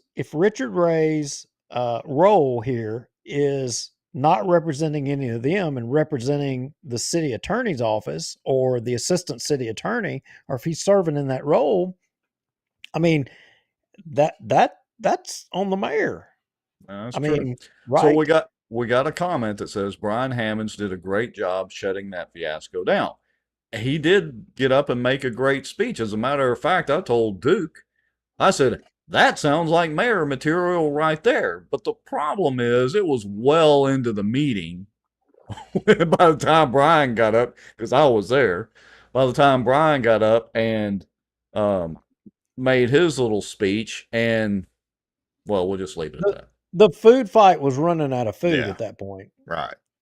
I mean, but it So- does make for a good campaign soundbite, and kudos So- to Brian for getting up and speaking up. Yeah, absolutely. So you've got a video queued up and ready, and Yes. you know, and it goes to one of the first Charter Commission meetings, and we're giving y'all context to lead up to what we're going to share with you. Right. And I think what you're about to share is Richard Ray kind of trying to explain the requirements of all of these folks in regards to ethics and meeting laws and all that kind of stuff, right? Yes, I've got it queued up to the 19-minute mark or whatever, and supposedly this is Richard Ray about the open meetings. So I'll go ahead and hit play. Just tell me when you want me to stop. Okay, go ahead. To explain to the group, if you will, that this is a public body and you will be bound, in my opinion, by open meetings laws. And so you wouldn't be able to meet outside of a meeting with a quorum, or it could be considered to be a violation of open meetings laws. So either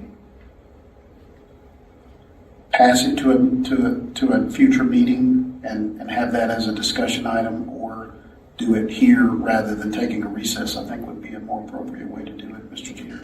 Okay, thank you. Well, I think you can stop there. I mean, he's acknowledging they're bound by open meetings laws. He also acknowledged about meeting outside of, you know, the public's eye here, and that could be construed as a quorum or would be a quorum. So how is it that, you know, I keep thinking about that last meeting where they all inexplicably just didn't show up because there was a dispute over the agenda. Well, and let's also how was that organized? Well, let's also mention briefly, because folks, you may have heard it referenced a few times and not be really clear or sure what it means. When we say a walking quorum, that is a quorum in effect by, I'm just going to say, daisy chaining opinions, okay? And so that it has the effect of having a quorum or a meeting, even though you didn't all show up at one place. And so when you hear that referenced, a walking quorum, that's where they're talking about. And so, you know, we've raised this point ad nauseum before, and so have other folks, and they have to be careful about having these secret meetings or meetings where they chain, you know, an email to an email to an email, thus effectively having a quorum, so to speak, without actually having a public meeting. And that probably didn't come across as clear as I wanted it to, but you get the point. Yeah, making decisions outside of the public view, outside of the public, you know, view. Right. But I would ask another question. You know, so, you know, if you look at the video that you just had up there in the image of the still video, and y'all count heads. So Pandorina Sumas has been AWOL, you know, so I don't know that you can even count her, but you've got right there in that image, excluding Richard Ray, you've got 4 pro-term limits people, 4 anti-term limits people. So if the 4 anti-term limits people in that image all agreed to just not show up so that there wouldn't be a quorum at the meeting because they knew Shane Cheatham wouldn't be there, then, you know, would that constitute a walking quorum that they all agreed to do that? I'm not saying they did, because I don't know if they did, but what I do know is that there have been public information requests and such filed, I think maybe to try to make a determination as to whether or not they were conspiring and they were making plans to subvert the Charter Commission process. Okay, so I've got the next video pulled up, and was there a particular time stamp that you had noted or wanted to go to here? Well, I sure didn't put that down, did I? But I think in the timestamps, I think we had put in the notes there that Richard was getting on his soapbox regarding the lawsuit in regards to Colonel Crockett making comments about Wes's lawsuit, and that's where Richard he changed his terminology from that absolutely Verizon could not go back beyond 18 months to easily. He was quantifying, which was different. It was Okay, but we don't have to go there. Well, I think I've got it queued up right here. So let me hit play and let's see if this is it. Let me make sure I got the volume set. Hold on. Do a couple of the things here and here, blah, blah, blah. All right. I'm not aware, Colonel Crockett, of any $15,000 lawsuit against the city. I am aware of a lawsuit that was brought against the city for a mandamus, and it has been heard by a judge, and it was deemed to be frivolous, it was deemed to be unwarranted, and it was dismissed, and the person that brought it was sanctioned for bringing that. I don't think he paid anything for his free lawyers from Tulane. There was nothing about, no, Colonel Crockett, this isn't going to be back and forth. You had your 3 minutes to speak. Now I'm going to respond to it because you said things that factually were grossly incorrect. I didn't bring that litigation up, A. B, it was nothing about a $15,000 lawsuit against the city.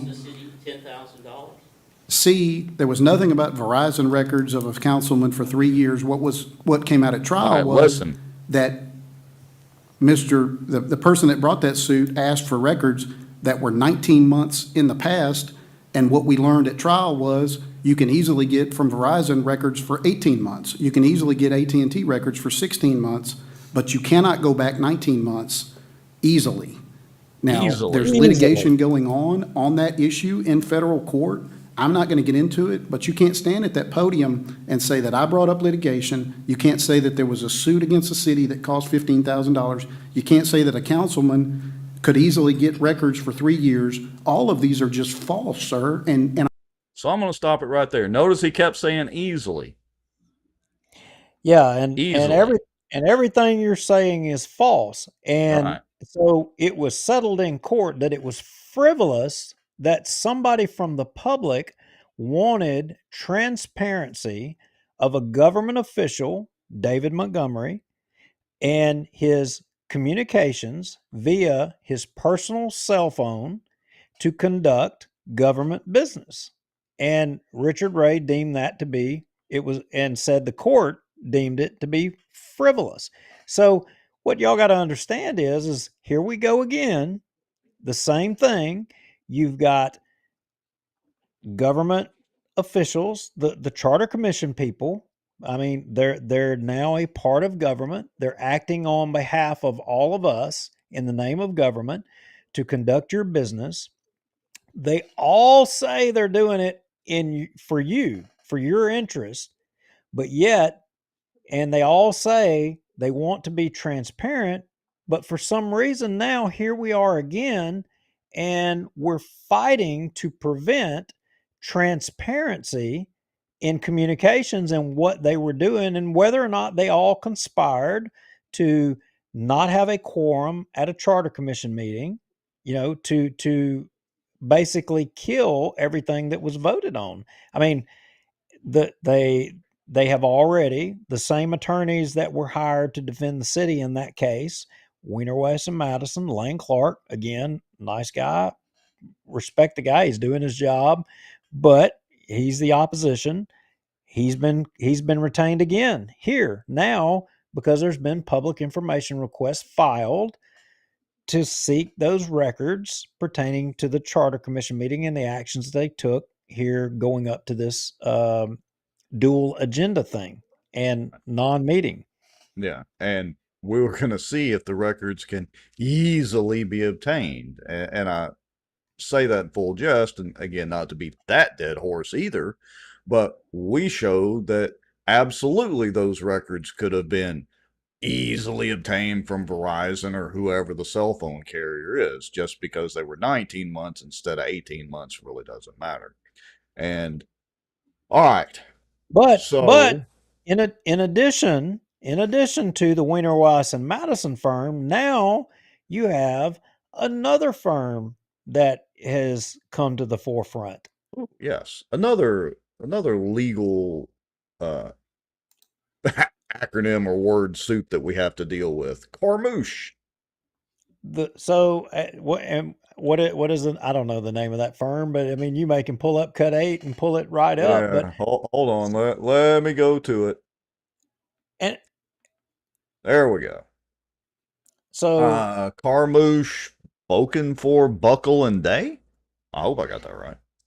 So now that is a firm that is apparently all of a sudden showed up and addressing requests, because you got to understand, you've got the city of Bossier, and each individual elected official is also responsible for their work, their communications and all that stuff, their ethics. They're responsible for it. Juliana Parks, Sandra Morehart, individually, they're responsible for it.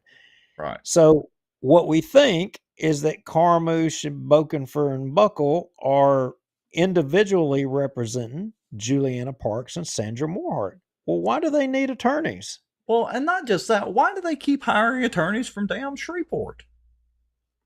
Are there no Bossier City attorneys that could handle this? Wait a minute, where the hell is Richard Ray? And Charles Jacobs is back on the job now. Oh, wait, I forgot. Richard Ray is confused. Yeah, he's pronoun gender confused on whether he's the attorney or not. Anyway, all right. Sorry. So you've got Wiener Weiss and Madison, and now the Carmouche law firm, all both into the mix, and all being paid for by all of our tax dollars, by the way, and we're paying Jacobs and we're paying Richard Ray to prevent transparency to the public on their discussions. Now, Rex, and all of y'all watching, here's what I want to know. Y'all have seen us show these charter commission meetings for however long they've been doing them. We showed them countless, and we've, in multiple different shows, we've pointed out during the meetings, how many times have you seen, and we asked, I wonder who Juliana Parks is texting with. Who is she messaging with during these meetings? Yeah, we made a running joke about it. It's been a joke. So, I mean, obviously. And look, I just want to say this. If she's texting her husband, the judge, about personal stuff, or maybe, can't remember how old her kids are. If she's texting her kids or family member, whatever, that's her business. If she's texting, or any of the commissioners are texting anything concerning official business as appointed members of that charter commission, game's on for those records. Okay, well, wait a minute. I want to play devil's advocate here. Do you trust her to tell you which and disclose which is which? Hell. Let me put on my facetious hat here. Of course I do. I trust the little princess to always tell the truth and always be forthcoming. I mean, she is a lawyer after all. I'm just saying. I mean, should we take the politician's word that they're telling us the truth? I mean, I don't know. I mean, it's a new day in lawfare and a new day in the world of politics. But I mean, there's never nothing nefarious. There's never anything wrong. But here we are. We find ourselves again. Everybody in Bossier is lawyering up to prevent public disclosure of records, public information. And to Wes Marriott's credit, this was a response that he received for a public records request, and this letter and all that was shared with us. So we want to give him a little hat tip and Sobo Live and all that kind of good stuff. All right. So here we go. This is in response to public records request submitted to Bossier City Charter Review Commissioners Juliana Parks and Sandra Morehart. You know, the wife of Travis Morehart, the esteemed CPA and auditor extraordinaire for the city and the police jury and the Cypress District and I don't know who all else. Anyway, and look, not besmirching his reputation any, I'll say this. He was very forthcoming at some of those Cypress District meetings. But regardless, Wes, and he can correct us in the comments, he sent in a public records request for those cell phone records and text message records that we were just referencing. And so here's the response. Dear Mr. Marriott, I should come up with some kind of lawyer voice. Dear Mr. Marriott, the following is submitted in response to your June 14th, 2024 public records request seeking public records from Bossier City Charter Review Commissioners Juliana Parks and Sandra Morhart. Number 1. All emails to any recipient concerning the proposed agenda for the June 18, 2024 Charter Review Commission meeting contained on any email server, public or private, containing conversations or accounts of proposed agenda items dated between 6/10/24 and 6/14/24. Okay, so sounds pretty specific. He's wanting stuff regarding the proposed agenda, you know. All right. I mean, he says what he wants. I mean, he's saying the type of communications he's wanting, and he even says the time, which is not, it's only 4 days. Yeah. So do you think the little princess just, whipped out those emails and forwarded them on? Absolutely not. Oh, here is the official response from the Carmouche law firm on behalf of the princess herself and Sandra Morhart. Respondents, Sandra Morhart and Juliana Parks, object. This is not a hearing or a trial. They object to request number 1 on the grounds that the request is overly broad and unduly burdensome. Really? The request seeks, quote, all emails to any recipient, but fails to provide search terms in order to narrow the scope of the request. Now, wait a minute. I thought he said concerning the proposed agenda for the Charter Review Commission. I'm pretty sure he spelled that out right there in number 1. Yeah, I'm thinking so too. Look, I'm trying to think of a good old boy here and Judge in Benton, and I don't know. Maybe they just didn't read that the same way. What other way could they read that proposed agenda? I thought these were Shreveport lawyers. I didn't think they were out of 26 JDC. I thought they could actually read stuff. All right. In order to narrow the scope of the request, and it would be unreasonably and unduly, and they couldn't easily get it. I'm throwing that part in there. It would be unduly burdensome to search each and every single email respondents may have sent or received without further specifications. Duke, I know you're not really a tech guy. I mean, you're learning your way around a computer pretty good, but would you say it's relatively easy to search emails with some pretty good specificity? I mean, look, I got to tell you here, this is looking like a competition of how high you can stack crap. All right, now, but the important part is this second yellow highlighted area. Subject to and without waiver of said objections, respondents, let me read it in my lawyer voice, respondents do not have a public email account with the city of Bossier City. Further answering, see attached. Well, wait a minute. We just heard in the video that I replayed a few minutes ago with Amy Moran that it doesn't matter whether they have a city email account. I know she said that. Am I wrong? Do we need to play that video again? I don't think you got to play it again. I think everybody heard it. And we also heard Richard Ray warning all of them that, hey, look, you fall under the ethics and open meetings laws. Well, but maybe he wasn't giving them legal advice. Remember, he still has an identity crisis, whether he's really a lawyer or not a lawyer. Anyway. All right. Well, I mean, look, he didn't say which body's open meeting laws, because Bossier City has a different set of open meeting laws, apparently. Yeah. All right. So the questions, go on through here. So I'm not going to read all of this because the questions and the answers are basically the same.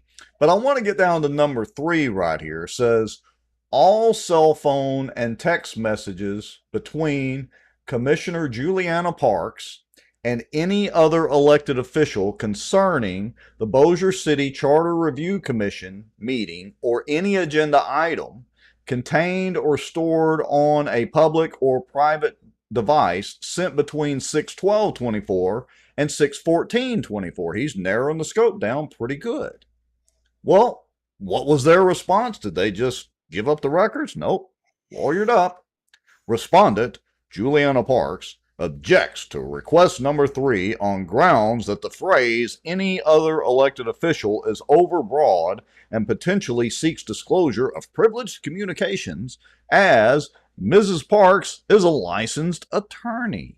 Well, I got a question, Rex. I got a question. So, look, I know that there's a lot of attorneys and lawyer types and people out there, and there's probably some judges that are sitting out there in which they wouldn't say nothing, and they're probably lurking in the shadows. But for all of you legal types out there, I'm just wondering, would privilege in any way, shape, form, or fashion apply if you were conspiring with an elected official to commit something that was against the law or to do something? Would privilege apply? Could you cite that? I mean, I don't know. I I'm don't asking. think so. I don't think so, but I only play a lawyer sometimes on Facebook.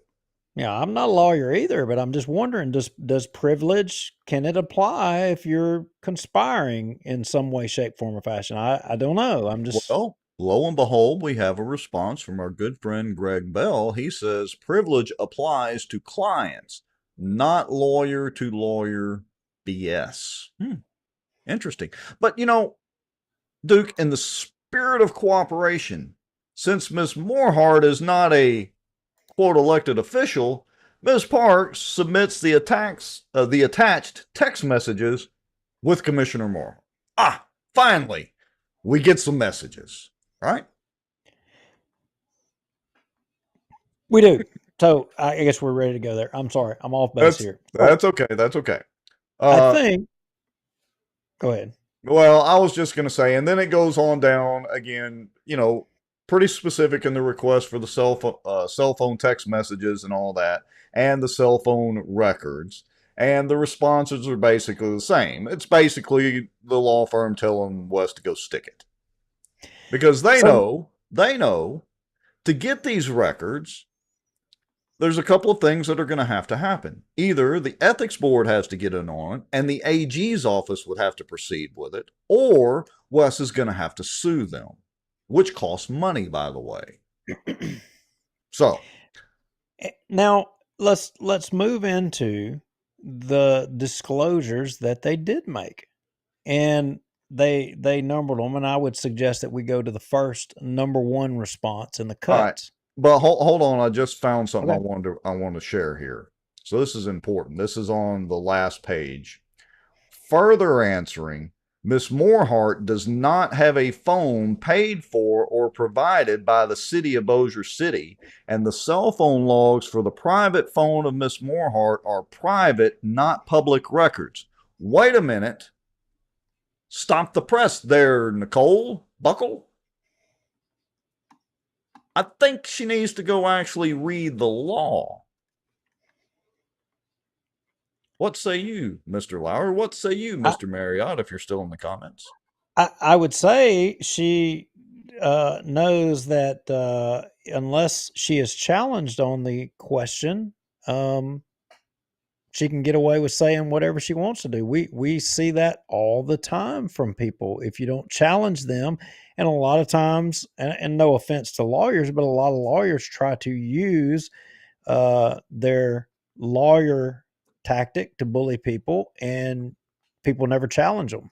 I mean, we see it all the time, just like Verizon. Easily, right there. Easily, yes. Easily. And that, I would remind everybody, was on a private phone as well. And again, I want to be clear that Wes's request is very specific. He doesn't care about Sandra Morehart or the princess's cell phone logs or records for anything except Charter Commission business, or in the context of the Charter Commission. All right, so they can redact all the rest of that they want. So when they say at previous meetings that, they want to have transparency in the meetings, they want to have, everything out in the open for everybody. You guys make the determination. Do you think that's accurate or do you think that's inaccurate? Because obviously, not everything is meant to be transparent. They It's don't want to. only transparent when they want it to be lip service. Are we going to go cut to 6? Number one response. Number We'll one come response. back. We'll come back to the cut 6 response. Okay, So the same one I was just in. no, it was a different one. Yeah, well, it's the attachments. Wait a minute, I'm lost. What is it? The cut 6?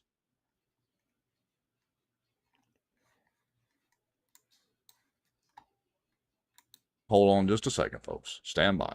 Technical difficulties. Yeah.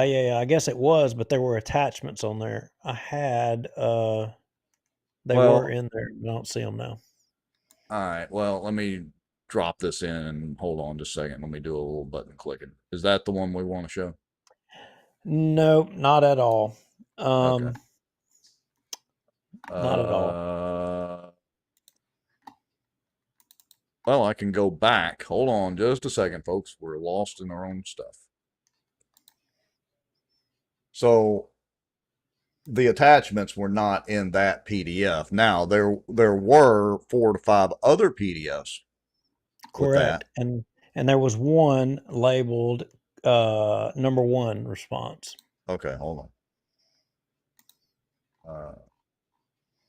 I don't know where it is, but hold on just a second and we will find it. I got it right here. Just a second, folks. All right, let's go to do that. There we go. Okay, so once you get that one pulled up, Rex, scroll all the way to the very bottom of that to the very last page. Yeah, page 23, and we'll start right there. Okay. All right, that's page 23 right there.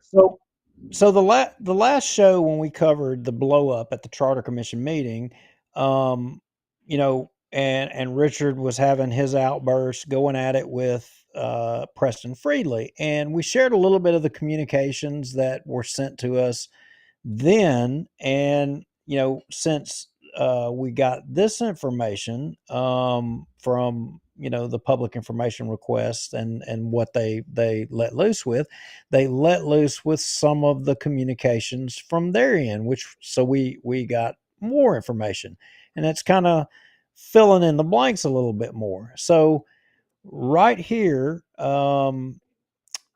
you've got on June 13th at 1:46 p.m.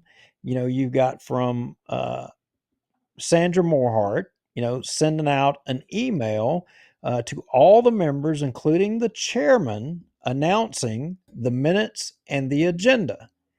And, that was the first email that went out to all of the members and even to the chairman at that point. So if you jump to page 22, Rex, which just have to scroll right up. All right, give me just a second here. Then you'll see we'll be at June 13th at 2:48 p.m. and you see Preston had a response to which he says, I've just received this email less than an hour ago. It's not been approved by me as the chairman. Therefore, this is not the official agenda and will not be posted until I have approved and reviewed the agenda. So what I'm going to say for all of y'all, we're kind of going in chronological order on all of these emails so y'all can follow what transpired, and then you can juxtapose that against the statements that were made at the Charter Commission meeting when Richard Ray blurted out and summarily all the rest of the anti-term limits people didn't show up.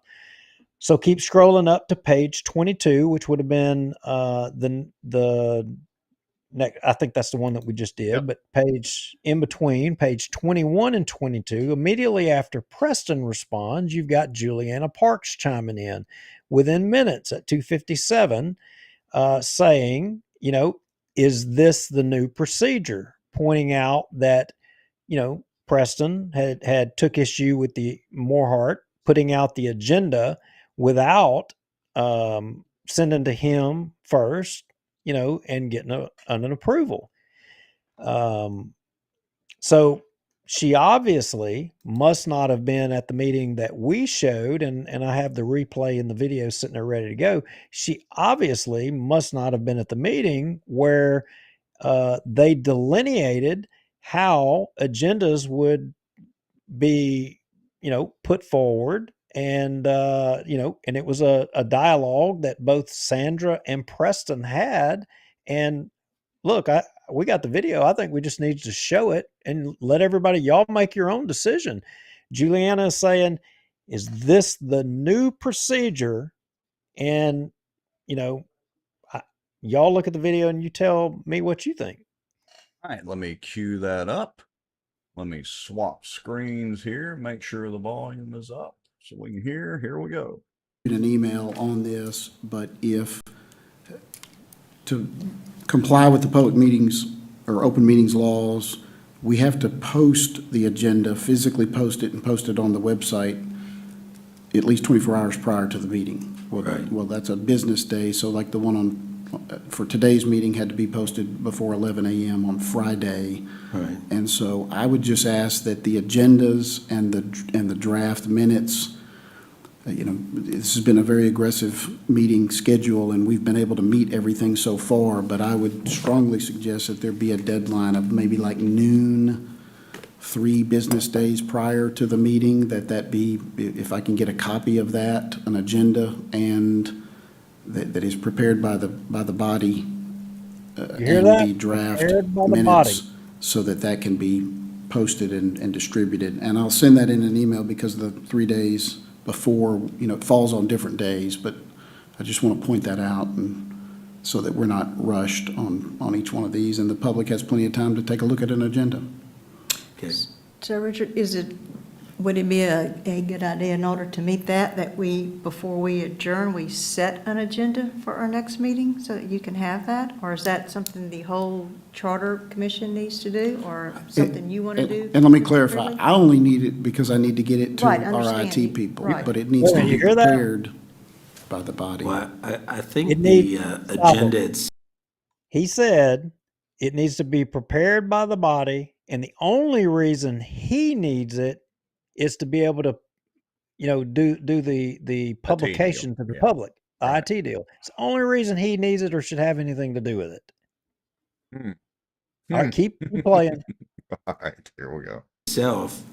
I will ask whether or not our secretary, Sandra, do you have a good feel for the agenda now that we're going to go through the same similar template, but this time we're going to have discussions of chapters 1 through 5 on the agenda specifically, and then we can draft up that agenda and forward it no later than, say, the 28th of February to give it to, and the minutes, you're the one doing the minutes. So I'm fine with doing it, but I would like to send it to you for you to just kind of sign off on it, and then we can submit it to. Our next meeting, formal meeting, is not until, is it March 4th? No, I thought February 26th. Is there not a meeting? It is. Do we have one on the 20th? February 26th at 6 Yeah, okay, p.m. so the 21st. Thank you. So you heard her say, I would want to send it to you, and then once I have your approval, then we send it to everybody. Then we send it out. Right. That's what they said. But Juliana just said in the other document, she's saying, is this a new procedure? Now, she's sitting right there. I mean, maybe she wasn't there. Wait a minute. Hold on. I figured it out. Right. She's on her phone. Wait a minute. Play the video again a little bit more right now. Yeah. Play Y'all the video keep an eye on her. At noon. Yeah, at noon. Can you meet that deadline, Sandra? Maybe she wasn't paying attention. Oh, she put her. She was will on her not be phone. starting the discussion. Now I wonder who she was texting. She didn't hear it because she was on her phone. She was conducting Charter Commission business on her phone while they were conducting Charter Commission business. Yeah. And if she wasn't, well, who was she texting? She legitimately didn't know. I mean, I hate to be giving her an excuse, but she was doing charter commission business on her cell phone, so she didn't hear what the order of business was going to be and how it was going to be conducted. She didn't know. You're welcome, Juliana. Helping the little princess. How noble of you, Mr. Duke Lowry. Okay, so let's go back. So now that we've delineated to all of you and we showed y'all, I mean, what they talked about in an open meeting and how it was going to go. And so for there to be questions about, Juliana, if this is a new procedure or not, I mean, did it sound like it should be new to y'all? I mean, I guess if I was on my phone, it would be new to me. Yeah, I can see how that would happen now. I learned something with all of y'all just sitting here rewatching this and putting it together. That's why the teachers take away the phones in the classrooms, everybody. I mean, who knew? Anyway, and I mean, she's a lawyer. You can't even use your phones in the courtroom, remember? No, they were literally confiscating them. I mean, good grief. So anyway, page 12, I mean, we jump up there and you got Juliana Parks at 322 responding to David Johnson, wondering why Preston's never said that before whenever Sandra sends out the agenda. I mean, somehow insinuating that it was different or whatever. Maybe it was different because she had always communicated with him that before it went out to everybody else. But at page 20, if you jump to page 21, we're going to make a big jump here, Rex. At 340, Preston begins explaining to Juliana what had been the procedure. So if you can get that, there we go. Yeah. So before Preston responds, before the commission elected its officers, we relied upon Richard Ray to put together an agenda and have the minutes prepared. After we got started and elected officers, the process was as follows. The agenda was usually prepared by Ms. Morehart based on previous agendas, who would then send a copy to me and Richard Ray for our review and approval. No agenda has ever been set without the chairman or our attorney reviewing and approving the agenda.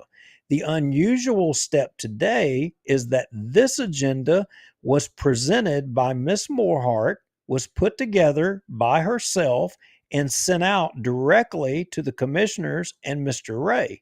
That is a very different procedure. I will be meeting with Mr. Ray tomorrow, and we will be finalizing an agenda for the Tuesday morning meeting. At that time, you, along with the members of the media, will receive a copy of the posted agenda. At that Tuesday meeting, there will be ample opportunity for members to have input on the final agenda or any proposed amendments to the agenda. So he was saying, look, this ain't the normal procedure. We just showed you the video of them talking about it. But again, I can see why Juliana had questions. She was on her phone conducting charter commission business. That she doesn't want to give up the records about. That she's lawyered up with to try to prevent, from being disclosed. A lawyer is lawyered up to try to prevent public information from getting out. How odd is that? Sandra Morehart, if you scroll right up above that, immediately at 3:53, Sandra jumps in and responds, saying it's the same process she's followed for every meeting. I mean, I don't know. I put a note here saying that, which is correct, what she said would be the process on video. I was posing a rhetorical question to myself, which is correct, this statement or the video that you all just saw, which is it? I mean, I don't, which is the correct process, the video or what she says here? And I coined it as what she was doing to try to kill term limits, because this is what this was all about. It was all about trying to kill term limits. And obviously, in my opinion, she was being directed at what needed to happen, and hence the public information requests and wanting to get communications with elected officials. Yes. So scroll up page 20 to 21, kind of that halfway point as we're transitioning there. Yeah, right there. And you've got Shane Cheatham jumping in the mix.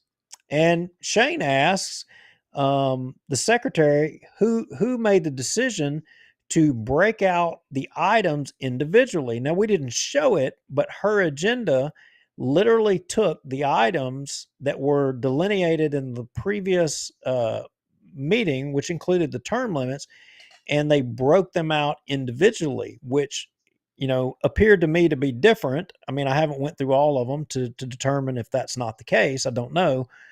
But he was pointing out the fact that, all of the things were broke out individually.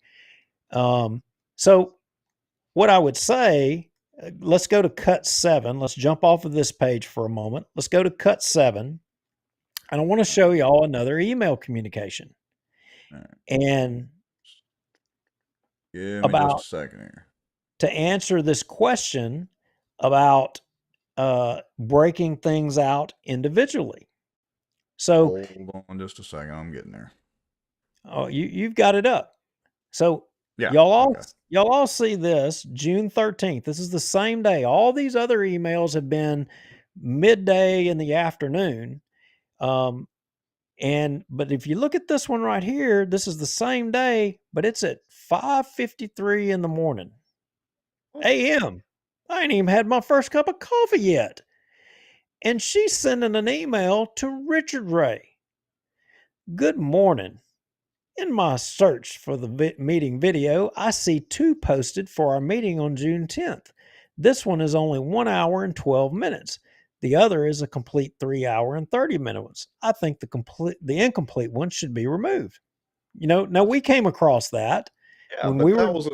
That's you have to understand the way that YouTube does things sometimes, especially on a really long form video. But anyway.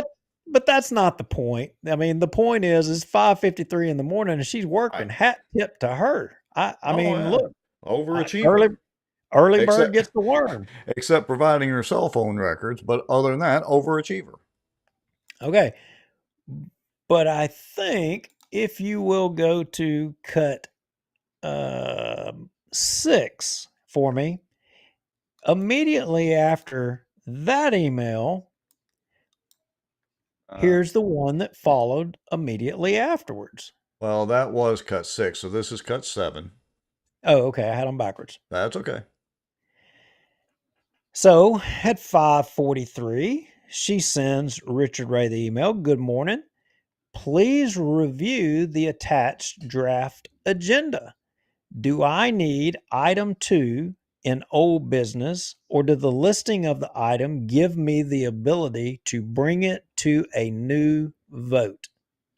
So if Richard Ray's purpose, as stated before, for it being sent to him is only to be able to post notice for the public, why is she, before sending to the chairman or even the rest of the body, sending it to Richard Ray for direction on how to propose revoting on items that she didn't agree with? Well, all right, so let me play devil's advocate for just a minute. So initially, I had said that, thought that maybe she was asking Richard Ray procedurally as the city attorney, even though he claims he's not, and the attorney for the Charter Commission, by the way, or the legal counsel, even though he claims he's not.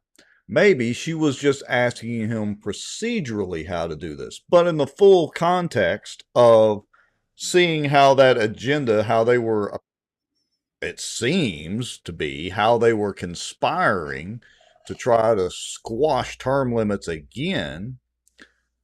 It seems to me that maybe she wasn't just asking him procedurally under Robert's rules how to do this. Well, now, wait a minute. He's already declared he's not their attorney. He's not the commission's attorney. he's there strictly volunteer. Remember, Right. he's already disclosed that. So Right. how is it that before she sends anything, why is she not communicating with the chairman on this? Why is it she's communicating with Richard Ray? And why is it? Well, Where's Richard Ray's response?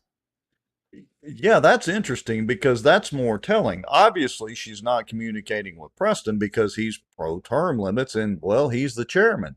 So that you asked the right question there, Mr. Lowry. Why is she communicating with Richard Ray, who was appointed by the mayor? The mayor is supposedly pro term limits. I mean, he has signed a petition, but why is she asking this of Richard Ray? It seems to me that they're trying to develop a plan of how to kill term limits, and that's what it appears to me that. And maybe we don't know what Richard Ray said, and now I'm wondering, why is the communication that Richard Ray had, why is it not here? Why? What did he tell? What did he tell Miss Morehart? And what did Miss Morehart tell the other members of the commission that were anti-term limits? And how did they all know not to show up? So let's go back to the other page, and I think page 20, Morehart responds to Shane, and where Shane, he had asked who made the decision to break out items individually. Based on the what I just read with her sending to Richard Ray, I mean, it only stands, a reasonable person would assume that Richard Ray basically maybe had recommended to her about, or gave her advice we don't know that he did, but I mean, you have to assume, connecting the dots. Maybe it's in some of those phone records that she doesn't want to disclose. Maybe. I mean, that's a possibility. I'm not saying it's true, but maybe that's why she doesn't want to disclose that. What say you, Sandra Morehart and Richard Ray? Well, then, and maybe Richard didn't even respond to her at all, and maybe she just did it on her own. Yeah. Maybe she acted solely. Yeah. Well, it'll be Anyway, interesting to know what the response was. But all right, so here we go. At 447, Sandra Morehart responds back to Shane, and I want to focus on this last paragraph. And I think just cut through the other stuff and just focus on that. I sent the agenda out exactly the same for all committee members to review, revise, and give input. Preston has never approved any of the agendas and has never sent me any changes. Richard is sent the email each time, just like the commissioners. If that is true, then where are the commissioners' emails at 5:53 in the morning? Right. How come all the other commissioners didn't get their emails at 5:53 in the morning? Now you're asking the right question again. I mean, if things are no different, if nothing has changed, I don't know. I mean, you guys, y'all watching the show, are if you're following along, is my question not a reasonable question? If she's doing things she says exactly the same, but yet obviously there was a difference between the communications with Richard and the communications with the chairman and the communications with all the rest of the commissioners. Very interesting. Okay, so I'm going to scroll up. So, and David Johnson at 447 responds, and something about the agenda being sent out early, and Sandra responded, and you scrolled down just a little bit, and she sent the timelines out of when they had historically been sent and the time frames. So you see, there was only 2 days that actually it was, with only 3 days notice, that they waited up right to the last minute. And this last one, which was the big blow up meeting, was the last one that they waited to the last minute to send it out. And I'd like to point out that David's response to that, David said, "We have never had an agenda sent out this early or with old business. What is exactly is going on, because this is insane." So it's not like it's just Preston making this up. Yeah, and David was kind of out of the loop. In fact, in some of the other emails, and I didn't make notes of it, but he was out on with family situation at a hospital and all of that, and he was just trying to kind of catch up. And his take on it was that it was just this was not the normal order of business that they normally conduct and the way they do things. So, Well, here's the way I see it. Government bureaucrats like the princess and appointed commission members like Sandra Morehart are just trying to thwart the will of the people and the access to information, totally counter to Louisiana's sunshine laws, public information laws. And they know that to try to get this, it's going to take time and money, because it's going to end up in a lawsuit. And they can just operate on your tax dollars paying the law bills. And most people are not going to be able to do this financially, nor have the fortitude to follow up with it. And so, they're just getting in the way and running interference. well, and the at the end of the day, what they want is they want to retain control. They want to retain the power. They don't want to let go. They don't want to be transparent, and they don't want you to even ask questions. They would love nothing more than for us to quit doing this show and quit talking about them and talking about the business that they do. So you should think about who aligns with which politicians, because clearly there is a delineation of your elected officials. Some of them y'all hold in high regard, and they buddy up with some politicians, and their whole goal is not transparency to all of you. They don't want you to know everything that's going on. They want you just simply to pat you on the head. They want you to show up on election day and vote for them, and that you think everything is peaches and cream, and shut up and don't ask no questions. But as you can see, you should be asking questions. I've got a question. Preston's resignation. Doesn't it seem strange that a bunch of those folks just suddenly decided not to show up at a meeting, and then all of a sudden, inexplicably, Preston resigns? Does that not strike anyone odd? That may be a little strange, Mr. Lowry, because Preston's obviously not afraid to go toe-to-toe with somebody. We saw in the soap opera meeting, he was going toe-to-toe with Richard Ray. I mean, they were just throwing liars back and forth at each other, and all of a sudden, he resigns? What the hell? I don't know. I mean, and if we're trying to hide records, we're trying to hide communications, it's almost as if we're trying to hide,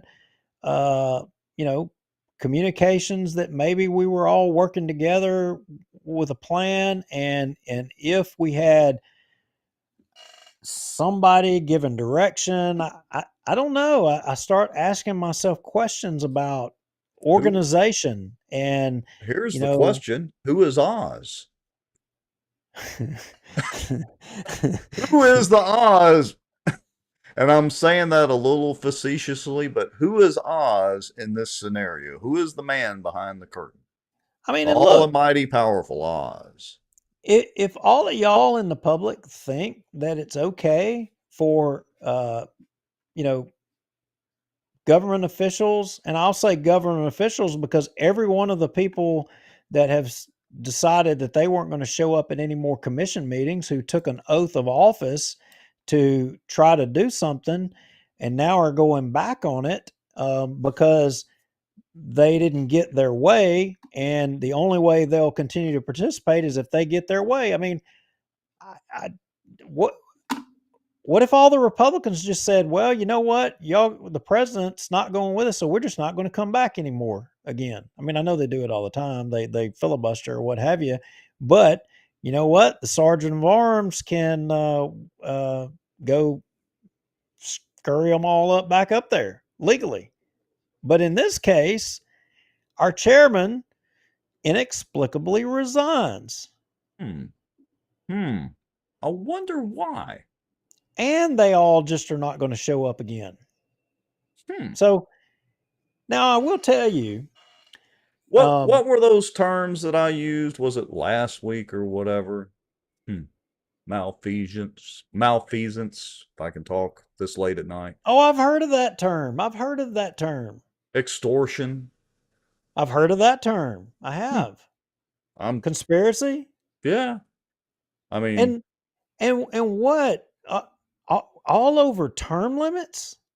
Term limits because somebody's going to lose power? Somebody's not going to have control anymore?